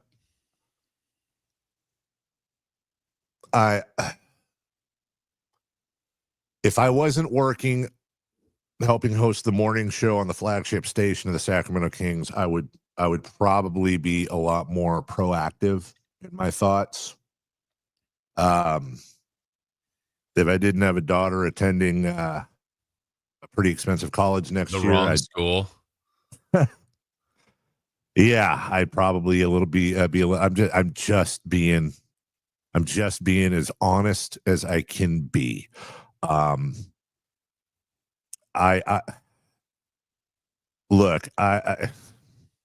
don't know. I'll say this. One couple things. One, you can express your opinion like that on the phone, calling the Kings, social media, all that stuff. Whether or not you feel it's been heard or received, it's been heard. It's been seen. At the game last night, everybody there was a good amount of boos. Doesn't mean that people had already spent their money on the game and attended the game. You see people say, I'm not going to have tickets anymore. You ever impact anybody's wallet? Certainly. But I think that goes back to telling people how to fan. I'm a season ticket holder as well. My family goes, friends go. And I don't know that they could chase me away. That doesn't mean that's the right decision either. There's going to be some people, Dave, that go, that's it. I'm done. I loved Monty. I love the Beam team. I love Doug. If they make any of those changes, I'm done. That's totally fine. That's up to you. That's your thought. But I think, word gets out, things keep happening. I mean, maybe fans can try to galvanize in another way, but I just don't know. It's tough when someone's at the top of the ladder, like you said earlier, that has the keys to the car. It's a tough spot to do things about. Not impossible, but tough. No, it is. It is tough, and it is not impossible. Look, hey, listen, man, if they want to fire me for this, that's fine. I by the way, let me be very clear. The Kings have never, ever, ever, ever once, and they've been plenty unhappy with things I've said in the past.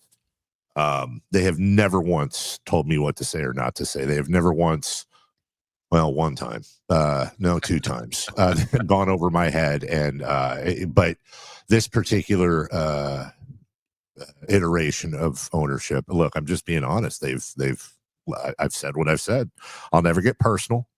I'm never going to suggest courses of action that would be crossing the line when it comes to our partnership. I'm just saying it. If it's over the line for me to say that as a lifelong Sacramento Kings fan and somebody who, like so many others, would live and die with this team, if it's out of line for me to say that I am incredibly thankful and appreciative, specifically to Vivek Ranadive, for stepping up when he had to and buying this team and being a huge part of keeping it in Sacramento. If it is over the line for me to say that through a public-private partnership, the valuation of this team has gone from $535 million at purchase in 2012 to probably a selling price of around $5 billion. If it is wrong for me to say that every single person that put money in deserves every penny of that,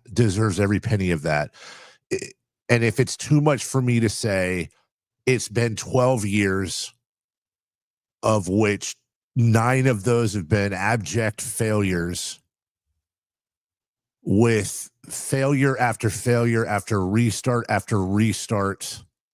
after bad decision, with good decisions being the exception, not the rule. If it is over the line for me to say, I would really, me personally, appreciate it if Vivek Ranadive either publicly stated that he will no longer be involved in basketball operations whatsoever, other than signing checks and being the fan he is, and he is a fan, or to take the massive and earned profit he has made and live up to the original promise, which is this is your team, and let somebody else take the reins and be a hero once again.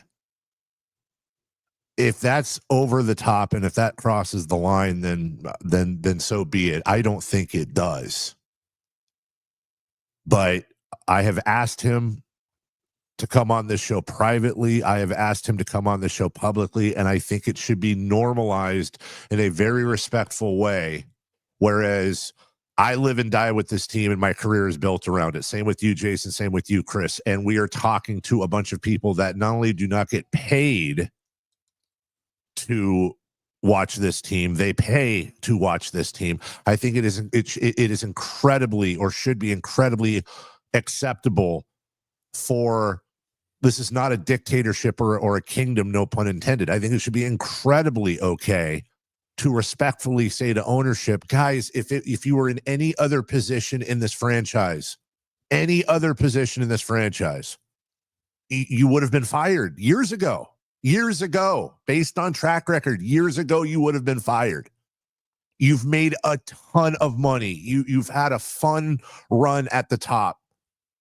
Please let somebody else take over, or please step aside and stay away, because the results are not there, and we keep repeating the same process over and over and over again. So please help us, because we need it, man. We absolutely need help right now. Monty McNair has just released a statement via Twitter. 5 years ago, I was given the opportunity of a lifetime. I will always be grateful to Vivek and the entire Kings organization for taking a chance on me. The Beam team brought so much joy to so many. Thank you to the players, coaches, and staff who played such a vital role in creating those special moments and memories. To the Sacramento community, thank you for welcoming and embracing me and my family. We arrived as a family of 4. We leave as a family of 6. As a California kid, this truly felt like a dream homecoming. To Kings fans, you're simply the best. I'll never forget the deafening roar before Game 1 or the countless other unforgettable moments we shared. There will be many more beams in the Kings' future. Light the beam, Monty. And as we go to break, Jason, because I've been yammering, unless you disagree, I don't know about bringing Monty on. First off, I'm not going to, I instinctively am not going to ask him because I just don't think that's putting him in a great spot. I know there's probably people out there who would say, bring him on, ask him the tough questions. Monty's going to be classy and respectful and all of that. And I imagine he wants to spend some time with his family. If you disagree, we obviously can do that. But I just don't see it's going to end up being a, hey, thank you, no, thank you. And then, he'll say what he said. And I'm not speaking for him, but I think he'll say basically what he said in the statement. I think that speaks for itself. Yeah, and then you and I over the years have just gotten to know him. I just personally, that's where these things are always tough. Like again, you have to evaluate these people at their jobs, at what they do. They know it's part of the business, but when you get connected to him a little bit, and I personally like him a lot. I just kind of like what we said earlier. Like I really want what's best for Doug, and I don't know if what's best for Doug is to be here as much as he may want that. And for Monty, maybe I wish him nothing but the best. He was always very good to you and I. Yeah, he was. He 100% was. You can say whatever you want about Monty's tenure, and I'm not here to tell you you're wrong. But he was an incredibly good human who was incredibly committed to this fan base. We will take a break. When we come back, speaking of Doug, what is Doug's future with this team? And are the Kings once again falling into another trap with their process as well? We'll take a break, just a 1-minute break. We appreciate you so much for being here, and we are all in this together. We'll continue that throughout the day with Alan Stiles, with Whitey and Kyle, and all your coverage wall to wall right here in your home of the Kings, Sactown Sports. On the move? Got somewhere to be? Take Sacramento Kings basketball with you. The Sactown Sports app will let you stay connected to your passion. Never miss a moment of Sacramento Kings basketball with the Sactown Sports app. Bonneville International Radio Station contests are open to participants at least 18 years of age and older that are residents of California and who reside in one of the 6 counties that make up the Sacramento metro area, unless otherwise specified. Employees or agents of the station, Bonneville International Corporation, other area radio stations, or any entity associated with the contest are not eligible to win, unless the station otherwise specifies in its own discretion. Persons who have won in the last 30 days from a station contest or event may not be eligible. For a copy of the general contest rules, visit KHTK.com. I'm Johnny Mosley with the Toyota Tahoe Report. Time to carve up new lines in your Toyota, because anytime you're skiing on a Thursday, that's a pretty killer Thursday if you ask me. Unsettled skies over the mountain, that's never stopped any of us, right? Thanks, Johnny. A chance of showers, but mostly sunny today with a high near 52. Snow levels at 8,300 feet, lowering down to 7,600. Tonight, a slight chance of rain showers mixing with snow and possible thunder. And tomorrow, expect sunny with a high near 47. This report is brought to you by your local Toyota dealers. Toyota, let's go places.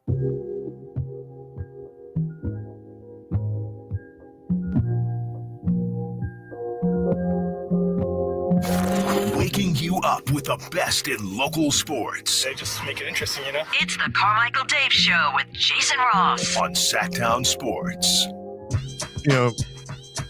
It's one of the reasons why, even in times like this, I really am having so much fun with you and even Chris in the mornings. Maybe the most fun I've ever had, and that's no offense to any of my former hundreds of partners I've had in the mornings. But one of those reasons is I know that, you're always very good about letting me flap my stupid face and say what I say. Stupid face. Well, stupid face. But Jason, honestly, we do mute our mics when you. Oh, totally. Yeah, no, I would. And Chris and I talk amongst each other. I mute my headphones. My wife is sitting to my left right now, and she's giving me the finger, like, shut up. So I have yammered, and this show is always therapy for me. It truly is. But you were the guy on the other end of the phone when I used to call in as Dave and Carmichael as a kid. You doing the Kings post game shows with Steve Buzzard. You may not be a native Sacramentan, but you are as Sacramento as anybody could possibly be without even being born here. You have covered this team forever. You have been through all the highs and the lows. You sit next to Gary Gerald, the legend, who, by the way, I keep forgetting to list the fact that he has not been honored in the way he should be yet is yet another thing this franchise has screwed up.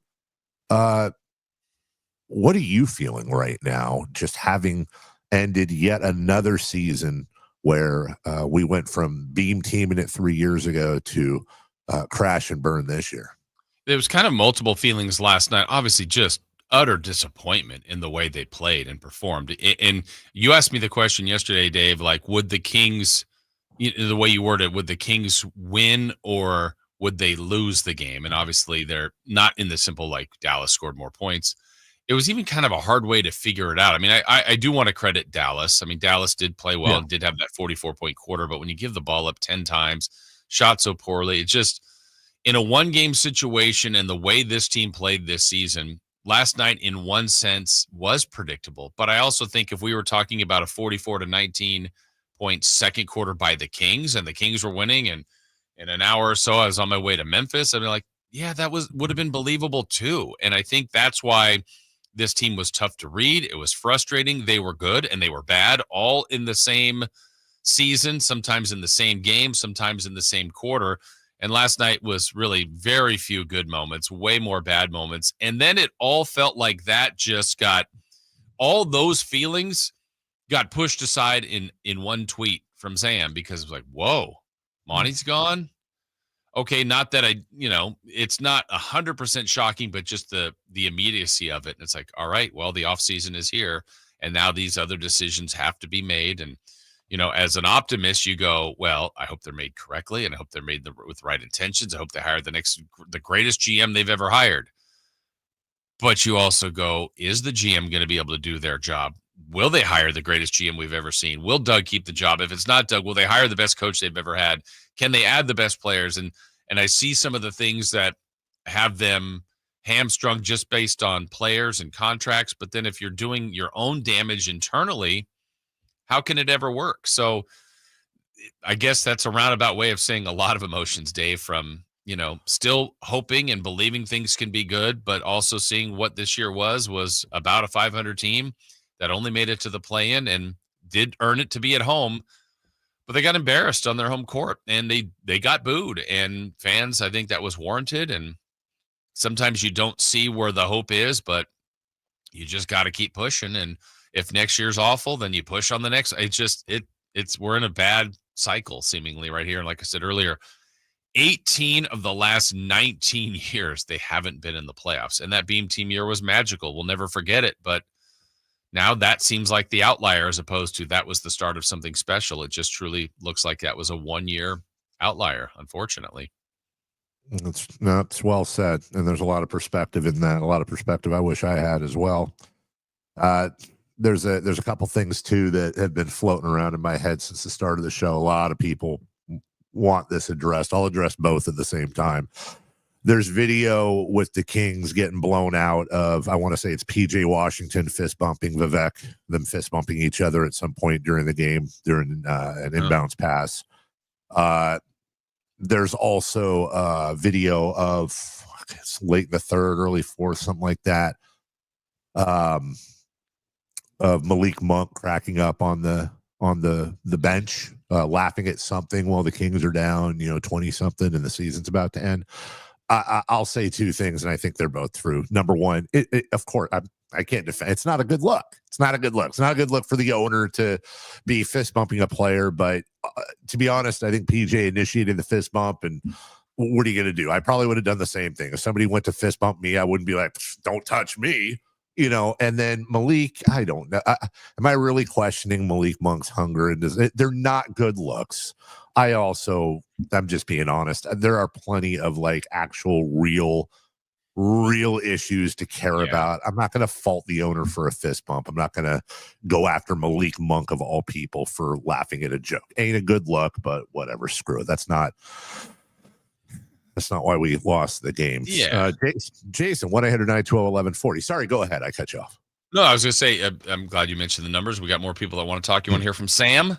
Yeah. Well, we already heard from Sam. What? He's back? Jeez. Yeah. Is this Sam Amick? Good morning, Sam.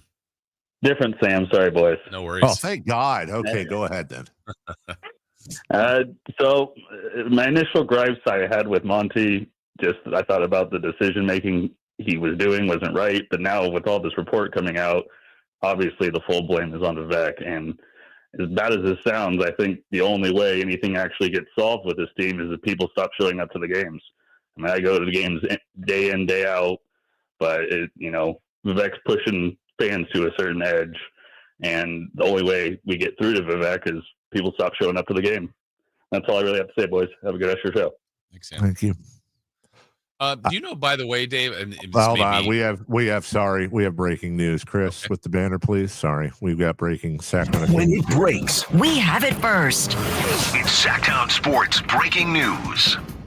Well, that didn't take long. The Sacramento Kings, according to Shams Charania, are finalizing a deal to hire longtime NBA executive Scott Perry as their new general manager. That's sources close to ESPN. As we've said earlier, Scott Perry spent 3 months with the Kings in 2017 before leaving for the Knicks, starting his executive career 25 years ago with the Detroit Pistons. This is the first general manager in the Vivek Ranadive era that is not a rookie general manager. Pete D'Alessandro, Vlade Divac, and of course Monty McNair all on their first run.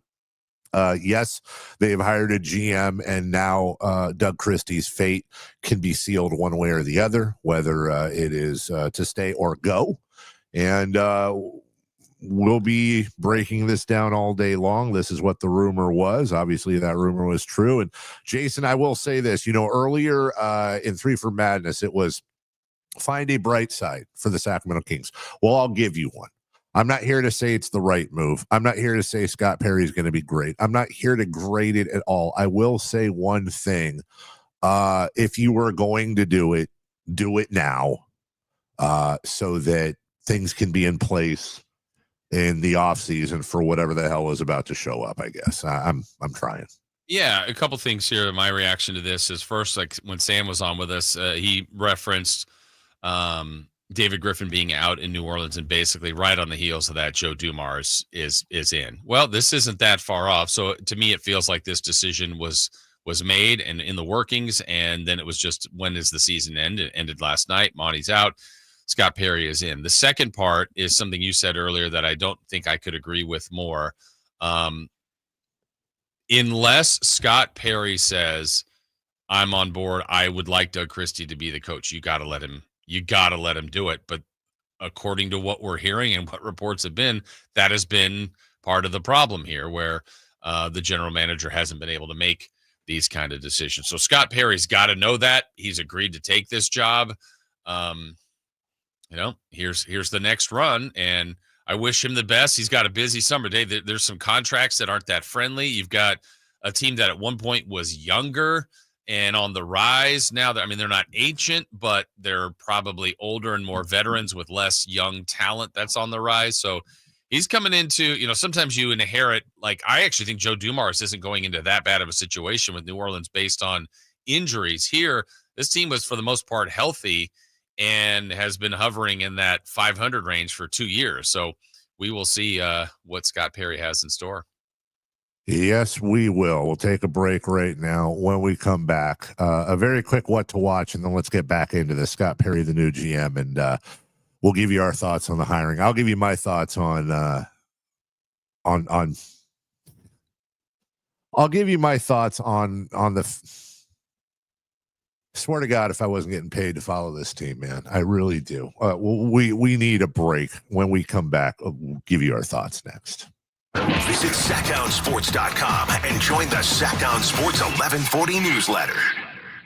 It's Carmichael Dave talking to you about my good friends at American Energy. You're in the Sacramento area. You know how the seasons work. They are a-changing right now. So American Energy wants to help you stay warm for the rest of the cold season, but help you stay cool during the warm season. Best way to do that, make sure your system is operating safely. So right now is the time to take advantage of half off a tune-up, $24.50. They cut that right in half. And if you want a diagnostic, guess what? You can't beat free. If it's free, it's me. And now it can be you. And also, it's the end of the season blowout. $4,000 off a new system plus any rebates. That $4,000, that's a direct drop from the sticker price. It's a great deal. Check them out at theaeway.com or an instant quote, or give them a call at 916-520-9990. That's 916-520-9990. Tell them your good buddy Carmichael Dave sent you. Call 916-520-9990 now. Attention! If you owe money to the IRS, this is an urgent message. The IRS is cracking down by sending out collection letters, garnishing paychecks, seizing bank accounts, and putting liens on homes and businesses. They call it enforced compliance, and you better watch out because penalties and interest on unpaid taxes compound daily, making it even harder to get out of debt. Don't let tax debt destroy your life. You need to call Optima Tax Relief, America's #1 tax resolution firm. They're experts in taxpayer assistance programs that can save you thousands if you qualify. A+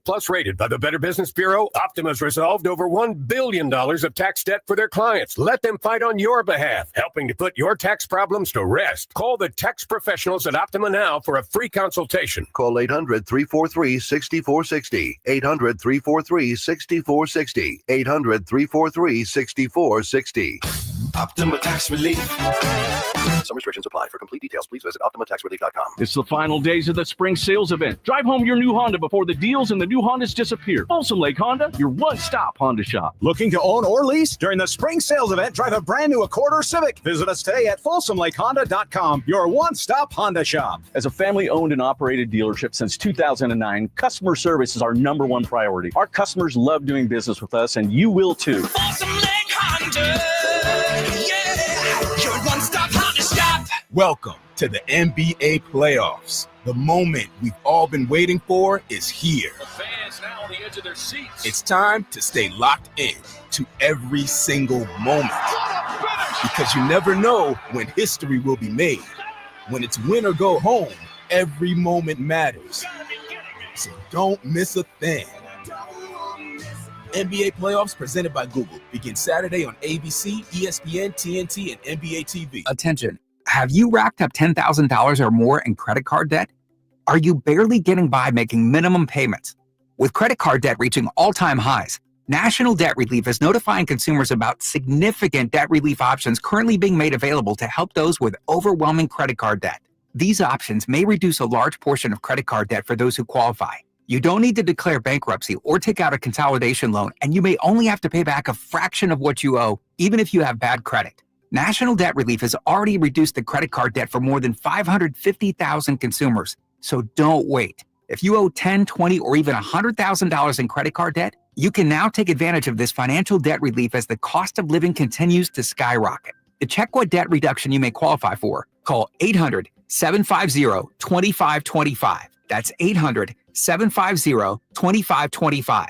Again, that's 800-750-2525. Welcome to Staples. Hi, I hear Staples prints it all. Oh, you bet. Posters, banners. Can you print it all for Mother's Day? Oh, of course. Photo gifts like canvas prints, photo puzzles. Can you print it all for graduation? Sure can. Custom cards and invites. Can you print a huge banner with the grad's picture? Oh, definitely. Even an embarrassing baby picture? Oh, those are the best kind. I know, right? Print it all for moms and grads at Staples. And right now, get 40% off custom cards, invites, and photo gifts. N75 exclusions apply. Visit staples.com/print for details. Wesley Financial Group is not a law firm. Are you a victim of the timeshare trap and think there's no way out? I'm Chuck McDowell, founder of Wesley Financial Group, the original timeshare cancellation expert. And I'm here to tell you that there is a way out. All you need to do is give my office a call. I will send you a timeshare exit information kit absolutely free, explaining how the timeshare industry works and your options for cancellation. Call Wesley now for your free info kit. 800-902-5454. 800-902-5454.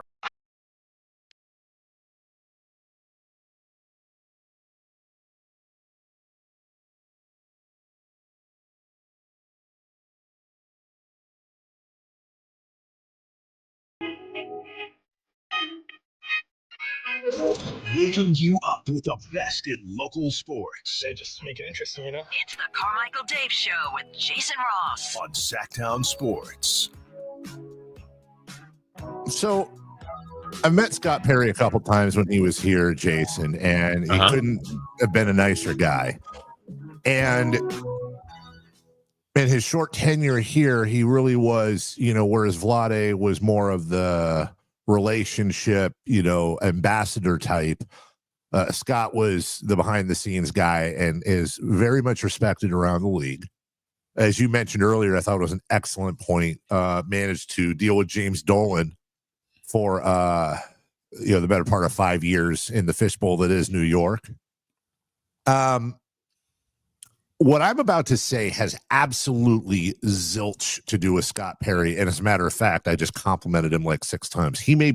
Scott Perry may be the next, the second coming of Jeff Petrie and Jerry West and whoever else you want to throw in there. But my problem is this was your search. Like, you don't even have a first-round pick this year, so it's not like you have the draft around the corner. I understand that they need stability, and they've got Sabonis and DeRozan and all this stuff to figure out. I do get it. I understand that logic, but it's kind of like what I said very earlier in the program. If it was me, and I think I'm right here, I think a lot of people would agree. I'm looking for the best of the best. I'm looking for somebody that has a proven track record. I'm starting at Sam Presti, and I'm working my way from him to RC Buford and on down the line. Would I rather seen perhaps David Griffin, who's out there as a candidate? Probably. But I can understand that. And I'm not even saying you don't eventually land on Scott Perry. Sure, great, awesome. But why not bring in, why would it not behoove you as the owner and whoever else is in the brain trust room to at least spend a week flying in or flying out some of the greatest basketball minds and have them all give you their pitch for what they would do if they took control of the team? Because you never know. You're basically, in doing that, Jason, you're getting a free hour to 2 hours of consultant work from some tremendously intelligent people. And maybe you don't hire the guy, but you maybe bring in some ideas and go, I didn't think of that. Oh my God, maybe I do that. Maybe you interview somebody and they just blow you away with something that makes sense. And this seems indicative of what they've done so many times, which is, hey, I like that player. He's good. Let's go get him. Oh, hey, I know this guy who ties back to the Vlade era, who's been hanging around, it just all seems a little incestuous to me. And that's my issue. It really has nothing to do with Scott Perry, who I wish all the luck in the world. Yeah, I mean, I think when I'm thinking about this, maybe the one area I would look at this, I don't even know if it's positive, but just that I appreciate what has been done is, to me, it feels like the work had been done. I don't think this was, hey, they fired and dismissed Monty last night and talked to Scott Perry this morning and they came to an agreement. I think this has been in the works, but it goes back to the question, should they have talked to a much larger pool? That might be true, but also, is that pool available? Not in the fact that other guys are not working. It's the fact that, are they interested in being here? And I think that to me is kind of intrigues me, is how small, Dave, is the pond now of people just based on what has happened in Sacramento the better part of 10, 15 years. And I hate that I'm at the point right now where I'm forced to think, okay, well, is one of the reasons Scott Perry was hired because was it said to Scott, hey, we'll give you the job, but are you cool with keeping Doug? We'll see in the next couple of days. if that's the case, I'm sure it's going to be, I've watched, and by the way, this is also all respect to Doug, and I'd be fine with him keeping the job. I refuse to see Doug Christie scapegoated as we just move down the line of circa 2002 superstars to scapegoat them. I refuse to blame Doug, who is not perfect, for what's happened. But my God, are we picking the coach before the general manager? Is the GM getting the job in part on the condition that he keeps Doug and Doug goes out and gets his own assistant base? It just for me, you got Bob Myers out there, you've got David Griffin, you've got people that are currently in jobs that maybe want to move. That happens all the time. And Jason, you're 100% right. They didn't fire Monty last night and go, oh, hey, Scott, let's do a phone interview real quick. Oh my God, you blew me away. You've got the job. Like, this is obviously something that has been in the works for a while now. So one of two things is almost certainly the case, Jason. Either A, you empowered a general manager that you had a very good idea would not last the rest of the season, or would not last to next season. You empowered him to take your most valuable trade piece, who you alienated through your own ineptitude within the franchise. You empowered him to make that move, which has been roundly made fun of, and rightfully so. Or you overruled your general manager. You orchestrated the move, or at least pressured him into making the move. And now you're bringing in another guy who, God forbid, you're also going to be orchestrating as well. And if Kings fans are worried about that, they have every right to worry about that, because that's what past history has said.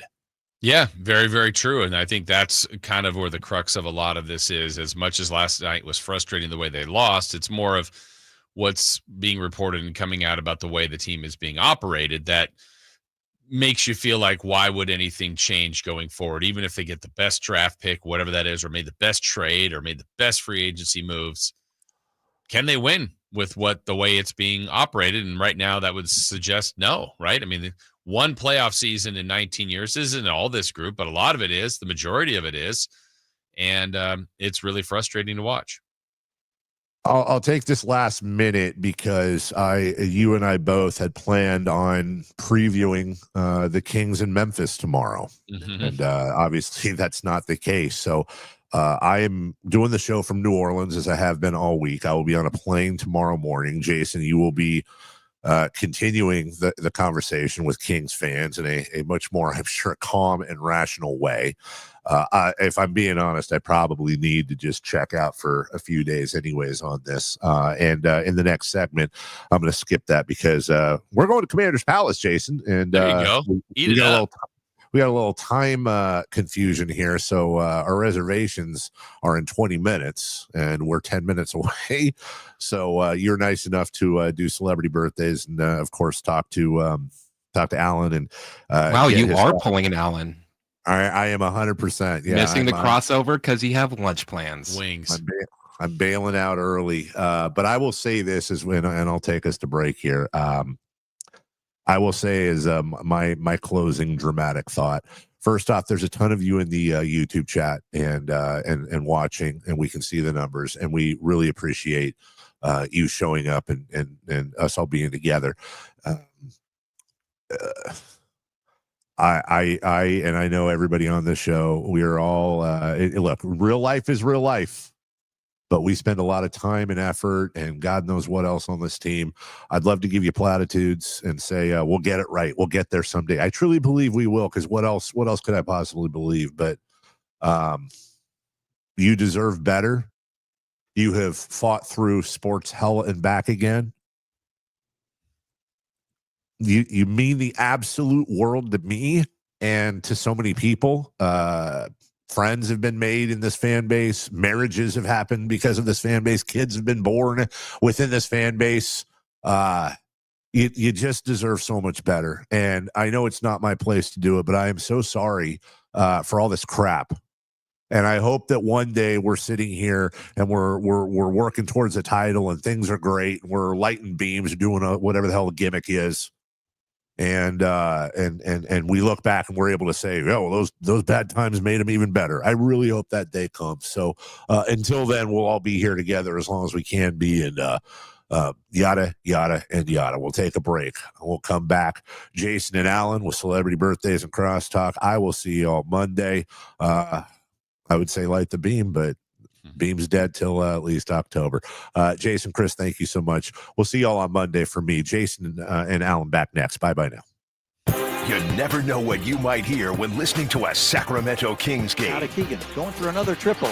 Man, is he feeling it. Keegan, can he do it? Yes, there's number 11, Keegan Murray. Keegan steps back.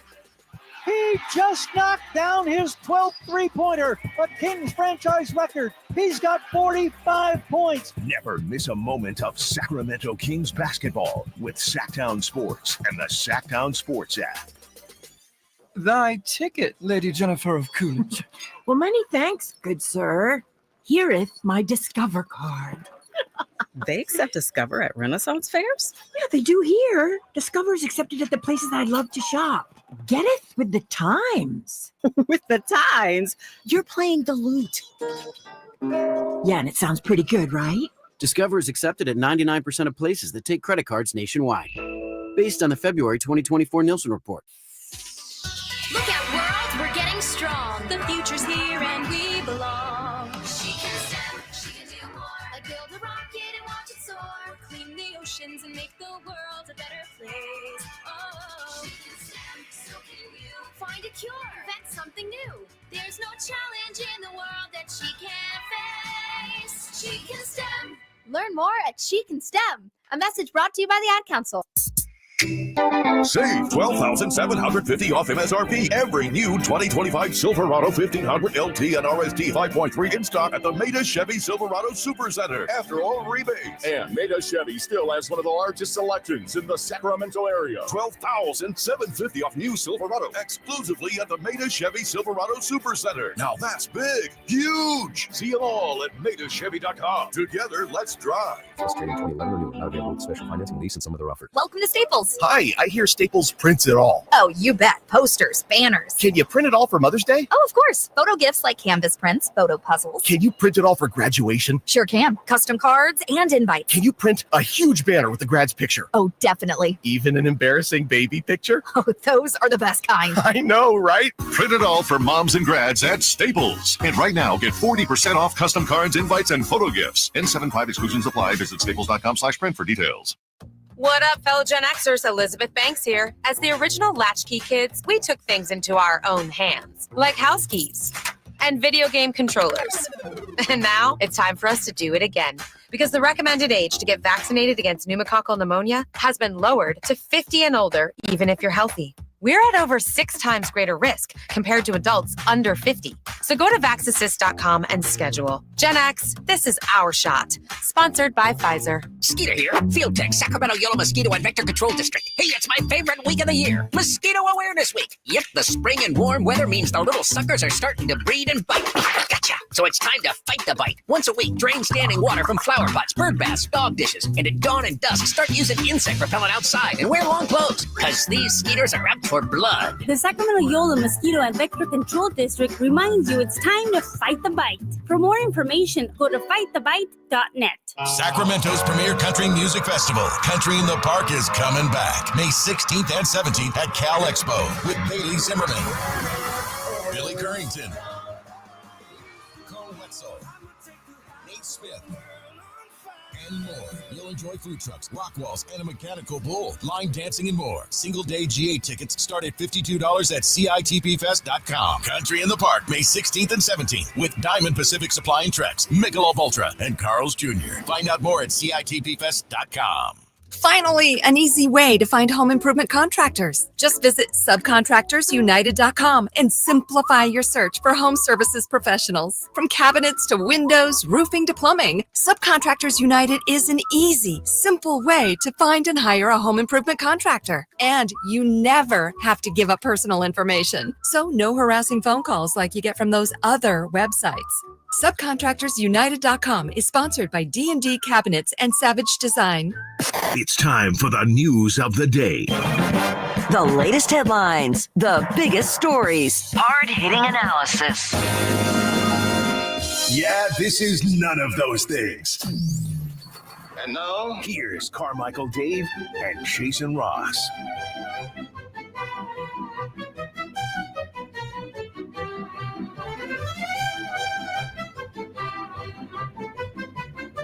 All right, we are back. Alan Stiles is back. Dave. Oh, is Dave gone? Yeah, his last segment, he confused his lunch. Listen to this guy. Yeah. He's skipping out on crosstalk to have lunch with his family. Chris, who would ever do that? I mean, this is a different situation today, though. How so? With everything that happened. Explain. With everything that happened. Yeah, but that was our I don't think first it's chance the to same. talk to you on that day. Dave has been on for 3 hours. No, I would say this is a worse look on Dave than myself. You said it. That's right. What's up, Alan?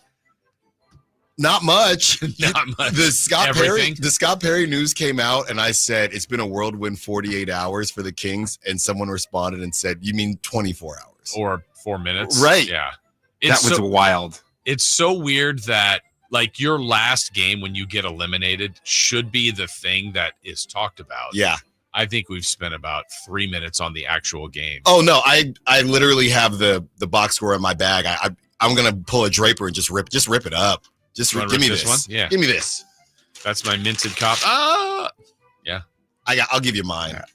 That was terrible game. Terrible. And then Monty's gone. Scott Perry in. Obviously, you have a lot to discuss today. Yeah, and just so everybody knows, our show kind of coincides with the exit interviews. Oh, that's right. That's right. So the exit interviews kick off at 10:45. We will have them on the YouTube. We will obviously be playing them on the radio as well. So we'll be hopping in and out until about 12. So it goes. It's DeMar, DeMontis Sabonis. You'll hear Malik Monk. You'll hear Keegan as well. And then at 12 o'clock, Trey Lyles. He does his. And then after 12, we'll get back more into your calls and things like that. There are more exit interviews. I think Keon is after 12 and Jonas Valanciunas, but we'll get to those guys tomorrow. But we are coming at you as live as we can be from about 10 o'clock to 12. We will be talking in between because every interview isn't going to last 10, 15 minutes. Yeah. Especially the way they get 2 more questions. Yeah. But besides that, we will obviously have the phone lines open all day and maybe a surprise guest we're working on, but don't want to spoil that as well. What's interesting is, I mean, I'm not going to blame the media. I think they're in a little bit of a weird spot because exit interviews are generally the season, your performance. Right. But I feel like all of that doesn't kind of matter. Like, Malik, tell me about your, like, do you want Doug to be the coach? Right. Do you think Doug will be the, Domas, you said you wanted to do a check-in. Here we are. Like, it's a different type of day for exit interviews. And on the Kings side, Alan, a lot of times these are done. This is for the media part. Right. But the organization does it. Who's running those? I don't know. I can only think of one person right now, unless Scott Perry's on a plane. Yeah. Speaking of Scott Perry, my initial thoughts, I'm curious what you think, Jason. My initial thought is obviously these wheels were in motion either way. Yes. I was always of the mindset that how they've reacted before with the Mike Brown firing, things like that. If they won last night, if they got into the playoffs, Monty McNair, they're kind of just flying by the seat of their pants, right? If they had gotten into the playoffs, maybe Monty McNair keeps his job. I really didn't know what would have happened if they won last night and lost on Friday. Now that we know that the wheels were actually more so in motion than we thought, I saw this initial situation with Scott Perry, and it made me think that Doug is now safer than I thought he was last night. Would you agree with that or not? Based on the fact that Doug is still here, I would say yes, but I also don't like that premise. As much as I love Doug, I want Doug to be the coach. Yeah. I want him to thrive and be successful and bring the championship that he wants. I just don't think that's the right way to do it, though. Right. Unless if Scott Perry came in and goes, no, that's my guy, then that's different. But I don't know that that's the case. And I mean, I just don't know. And I think this organization, based on what Sam's reporting and other things, it's like, let the GM do their job, let the coach do their job, and let this, all happen the way a lot of organizations function. Yeah. We talk about look too. If maybe Scott Perry comes in and goes, he talks with Doug, he looks over he's like, this is my guy. I wanted to be here. But the look of it's going to be like, oh, this guy doesn't have control of the team again. Right. Already. We're doing the same old. Like, how is this going to change? Or they just lie Just say, we knew who was out there, and we already felt like what Doug did was enough. That's probably what they'll say. And I'm not saying it's a lie. I'm saying that's. And if the wheels were in motion, like you suspect, which I think you're right, if you think about what has it been, Alan? 8 weeks since you traded your franchise. You had the person who was in the position to trade your franchise piece, whether or not he literally did it or not. Right. Fired your second most successful coach in this same year. These are massive decisions, and that person that was leading that group is not here anymore. But that's odd to do. But didn't Sam kind of say that maybe he wasn't as much in control of those decisions? Yeah. So why do the Kings need a GM? I guess is my question. That's a great question.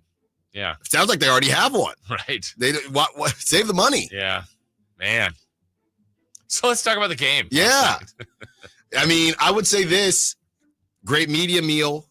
Yeah. Little Chipotle-esque. Stepped it up for the play-in. I really wanted a second bowl, but didn't work out yesterday, so I decided not to. Southwest just reminded me that I'm like an hour and a half away from my boarding to Memphis, so. Oh. Do I go? Do I still go? I mean, hey, it's beautiful this time of year. Is it? Yeah. Cheer on the Grizzlies or Mavs? Do you root for the team that beat you? I guess it would make you feel a little bit better if the Mavs win, I think, right? I want to see the Mavs take out the Lakers. Oh, we're way down the scale there. Yeah. So what a disaster last night. But with that being said, though, and I know we got to get to it, but even still, that was pathetic from the players. Can I say that? I mean, all the way around, every element of it. And I know there's a stench in the room as far as that organization Sorry, is. That was me. It's the Chipotle. That's what it was. It's the barbacoa. But even with that being said, that was still embarrassing. Yeah. I don't care. Yeah, no way around it. Yeah. All right. Wow. Look at that. That's Crumble. Time to give you our celebrity birthdays. Brought to you by our friends at Crumble Cookies. Nothing brings family and friends together better than Crumble Cookies. All right. Quick look here at April 17th. Happy birthday, Jennifer Garner. The original Daredevil. She was in that one. What's in your wallet? What's in it? She is. She a 5'0" yet? I'm gonna say 4'9". 48. 5'3". Oh, really? 53. Happy birthday, Victoria Beckham. Posh? Spice? Yes. She's got to be a 5. She's got to be a 52. 48. Alan's closer, 51. Man. Let's go with Boomer Esiason. 66. 68. Chris is closer, 64. And on this date, Game of Thrones. When did it debut? What year? Oh. Chris seems like he wouldn't watch that. Just because everyone else You got a watched chance, it. Alan. That's right. Oh, man. Okay, wait. I think I might have this real quick. I'm going to say, is it 2010? 2013. Alan's closer, 2011. Good job, Wow. Alan. Hey, quickly, Penn and Teller tickets available right now, 1-800-920-1140, 916-339-1140. Come see their show, their 50th anniversary tour at the venue at Thunder Valley on June 21st. Call right now. First caller, first one to do it, you will win. Alan Stiles is coming your way next. For Carmichael Dave and Christopher Lott, I'm Jason Ross. Thanks to Jacob Wilson and Sam Amick for joining us. We will talk to you tomorrow right here on Sacktown Sports. The Sacramento Kings play